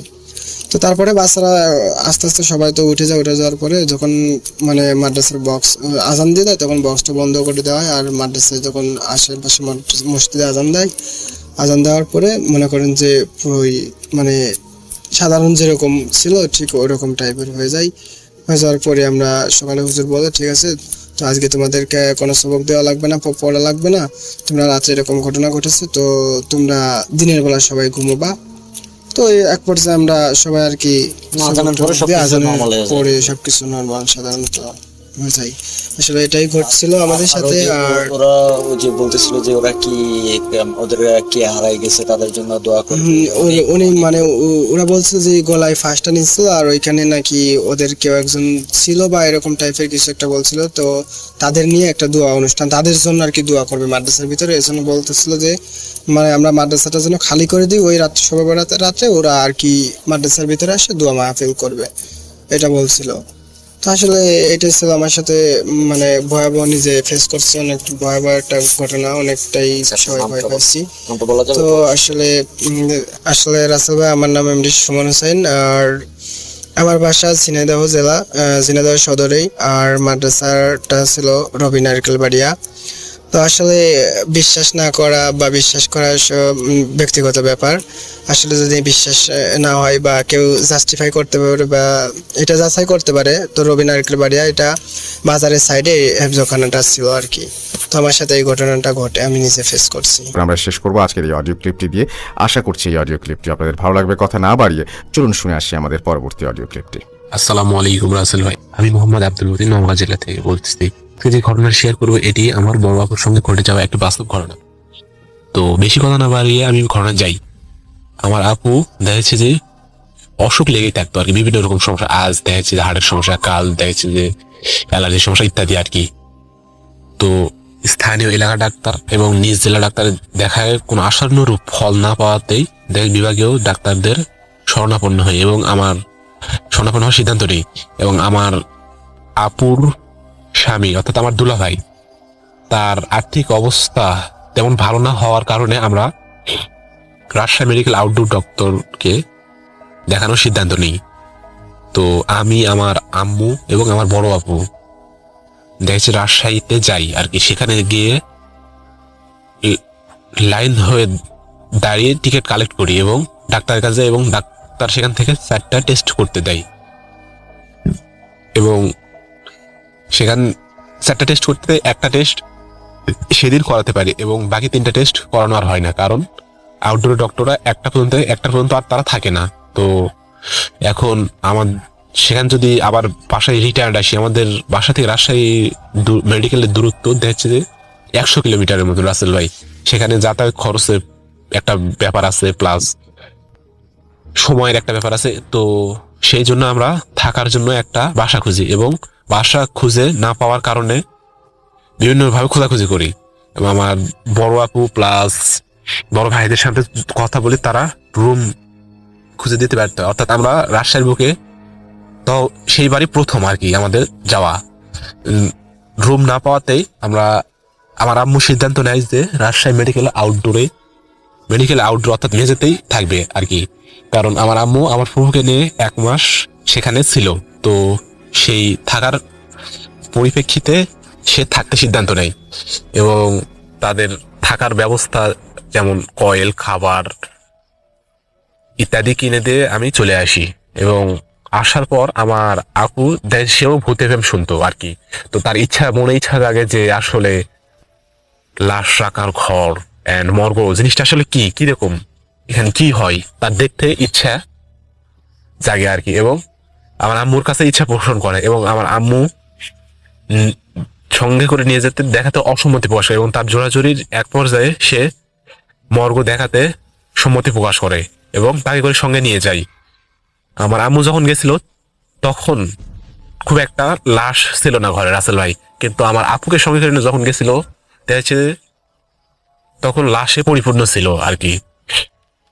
আমার আম্মু দেখিয়ে দেখেছে যে মর্গের দরজা থেকে তাকে দেখায় যে এটা হচ্ছে মর্গ, এখানে আর কি লাশ রাখা হয় বিভিন্ন রকম লাশের বক্স গুলো আর কি দেখায় যে এই যে এগুলোতে লাশ রাখা হয়, এটা হচ্ছে ফ্রিজিং সিস্টেম ইত্যাদি ইত্যাদি তার কি বলা হয়। এবং দেখানো একবারে তার গায়ের মধ্যে একরকম ঝাঁকুনি দেয় ওটা রাসেল ভাই, এবং তার মধ্যে কেমন যেন অস্বস্তিকর অনুভব হয়।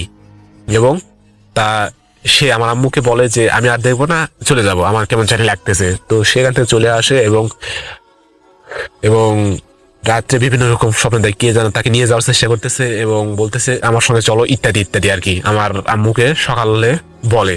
তো আমার আম্মু বলে দেখেছে যে বাইরে আসো তো বিভিন্ন রকম সমস্যায়, তাই এই জন্য খারাপ স্বপ্ন দেখতেছো আর কি। তো পরের দিন সকালে সিরিয়াল দাঁড়িয়ে দেখেছে যে বাকি রিপোর্ট গুলো করানো হয় আর কি।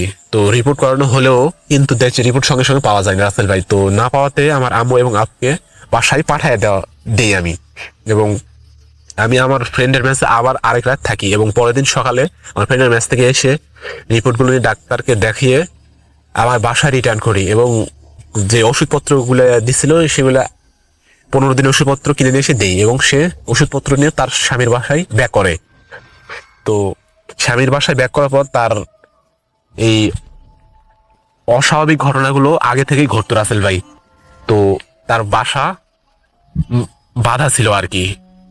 তো বাসায় যাওয়ার পরেই তার বিভিন্ন রকম মাথা ঘোরা শুরু হয়, গা গোলানো শুরু হয়, বমি বমি ভাব হয়, কিছু ভালো লাগে, পুরো শরীর ব্যথায় জর্জরিত হয়ে যায় রাসেল ভাই। তো আমার বোনের সঙ্গে অস্বাভাবিক ঘটনাগুলো আরো আগে থেকে বলতো। তো সেই পরিপ্রেক্ষিতে স্থানীয় মসজিদে ইমামের কাছ থেকে আমার দুলা ভাই পানি পড়া এনে রেখে দিয়েছিল। তো সেই পড়া পানি খাওয়ানো হয় এবং তার শরীরে ছিটিয়ে দেওয়া হয়, এবং তার কথা বলা বন্ধ হয়ে যায়, এবং এক পর্যায়ে তার জবান ছুটে যায় আর কি রাসেল ভাই। যে সে বলে আমাকে আর কষ্ট দিস না, আমি খারাপ কেউ না আর কি রাসেল ভাই। তো বলে সে আমার দুলা ভাই প্রশ্ন করে কোথায় থেকে আসতো, কি জন্য আসতো, কেন আসতো, এই বিভিন্ন রকম প্রশ্নগুলা করে। তো এক পর্যায়ে সে বলে যে আমি রাজশাহী মেডিকেলের মর্গ থেকে এসেছি রাসেল ভাই। যে বলে আমাকে আমি এক খুব গরিব ঘরের ছেলে, আমার বন্ধুর সঙ্গে দেখেছে যে চাকরির জন্য আসি এবং আমার চাকরি হয়, এবং চাকরি আনসারে চাকরি রাসেল ভাই। তো দেখে চাকরি হয় কিন্তু সে খুব গরিব পরিবারের সন্তান, এবং তার চাকরি করার পরে এক সময় সে অসুস্থ হয় এবং রাজশাহী মেডিকেলে ভর্তি করানো হয়, এবং দীর্ঘদিন ভর্তি থাকা অবস্থায় সে একসময় মারা যায় রাসেল ভাই। এবং মারা যাওয়ার পর তাকে সেই ঘরে মর্গের রুমে রাখা হয় অনেক দিন পরে থাকার পর রাসেল ভাই। তার কোনো হদিশ হয় না আর কি, কোনো বেওয়ারিশ লাশ হিসেবে দেখেছে যে বিভিন্ন দিন থাকার ফলে দেখছে তার লাশ গলে পচে যায় আর কি, এবং তাকে ম্যানহোলের মধ্যে তার লাশ পুরো ডেড বডি ফেলে দেওয়া হয় আর কি রাসেল ভাই। তো তার বিনা জানাজায় তাকে রাখা হয়, এবং সে বিভিন্ন ভাবে মানুষকে জানার জন্য চেষ্টা করে, যেমন ঘরের রুমের লাইট জ্বালানো হয়, বিভিন্ন রকম শব্দ করা, কিন্তু সেখানে প্রতিনিয়ত লাশ ঢোকানো হতে বের করা হতো, কেউ বুঝতে পারতো না আর কি রাসেল ভাই। সেখানে অনেক মানুষ যাতায়াত করছে, কিন্তু আমার যে তার বক্তব্যের সাথে আমার আপুর রাশি এবং তার রাশির সাথে মিলে গেছে। তো সে আসতে পারছে, এবং অনেক মানুষ যাতায়াত তাদের রাশির সঙ্গে মিলে নেই। তার ইচ্ছা যে তার একটা জানাজা করানো হোক, এবং এটার জন্য সে আমার আপুর সঙ্গে আসছিল। তো আমার দুলা ভাই এই বিষয়টা নিয়ে স্থানীয় হুজুরের সঙ্গে আলোচনা করে এবং বলে, এবং যে কি হয় জানো, যে তার কলার গাছে সঙ্গে করে নিয়ে যাবে, কলার গাছ রাখবে, কলার গাছ তার ইয়েটা ভর করবে এবং তার জানাজা করবে, এবং জানাজা করার এক পর্যায়ে সে সুস্থ হয়ে যায়। কলার গাছ রাখবে এবং কলার গাছে তার আত্মাটা যাবে, এবং সেই কলার গাছটা গোসল করায় কাফন দিয়ে তার যেন জানাজাটা করা হয়। এবং জানাজা বিষয়টা নিয়ে স্থানীয় মসজিদের ইমামের সঙ্গে আলোচনা করে, এবং মসজিদের ইমাম বলে যে বিষয়টা যদি প্রকাশ্যে লোকজন জানা করা হয়, বিভিন্ন লোকজন হাসাহাসি করবে আর কি। তো আমার আপুকে সঙ্গে করে নিয়ে দেখা যাচ্ছে যে ফজরের নামাজের পর আর কি একটা ফাঁকা স্থানে যায় এবং তাকে নিয়ে যায়, এবং তার শরীর থেকে ওই আত্মাটা বের হয়ে কলা গাছে ভর করে এবং তার জানাজা করে আর কি দাফন করানো হয়। তো তারপর থেকে আমার আপু সুস্থ। তো রাসেল ভাই ঘটনাটা যদি ভালো হয় লিসেনারদের মাঝে শেয়ার করবেন।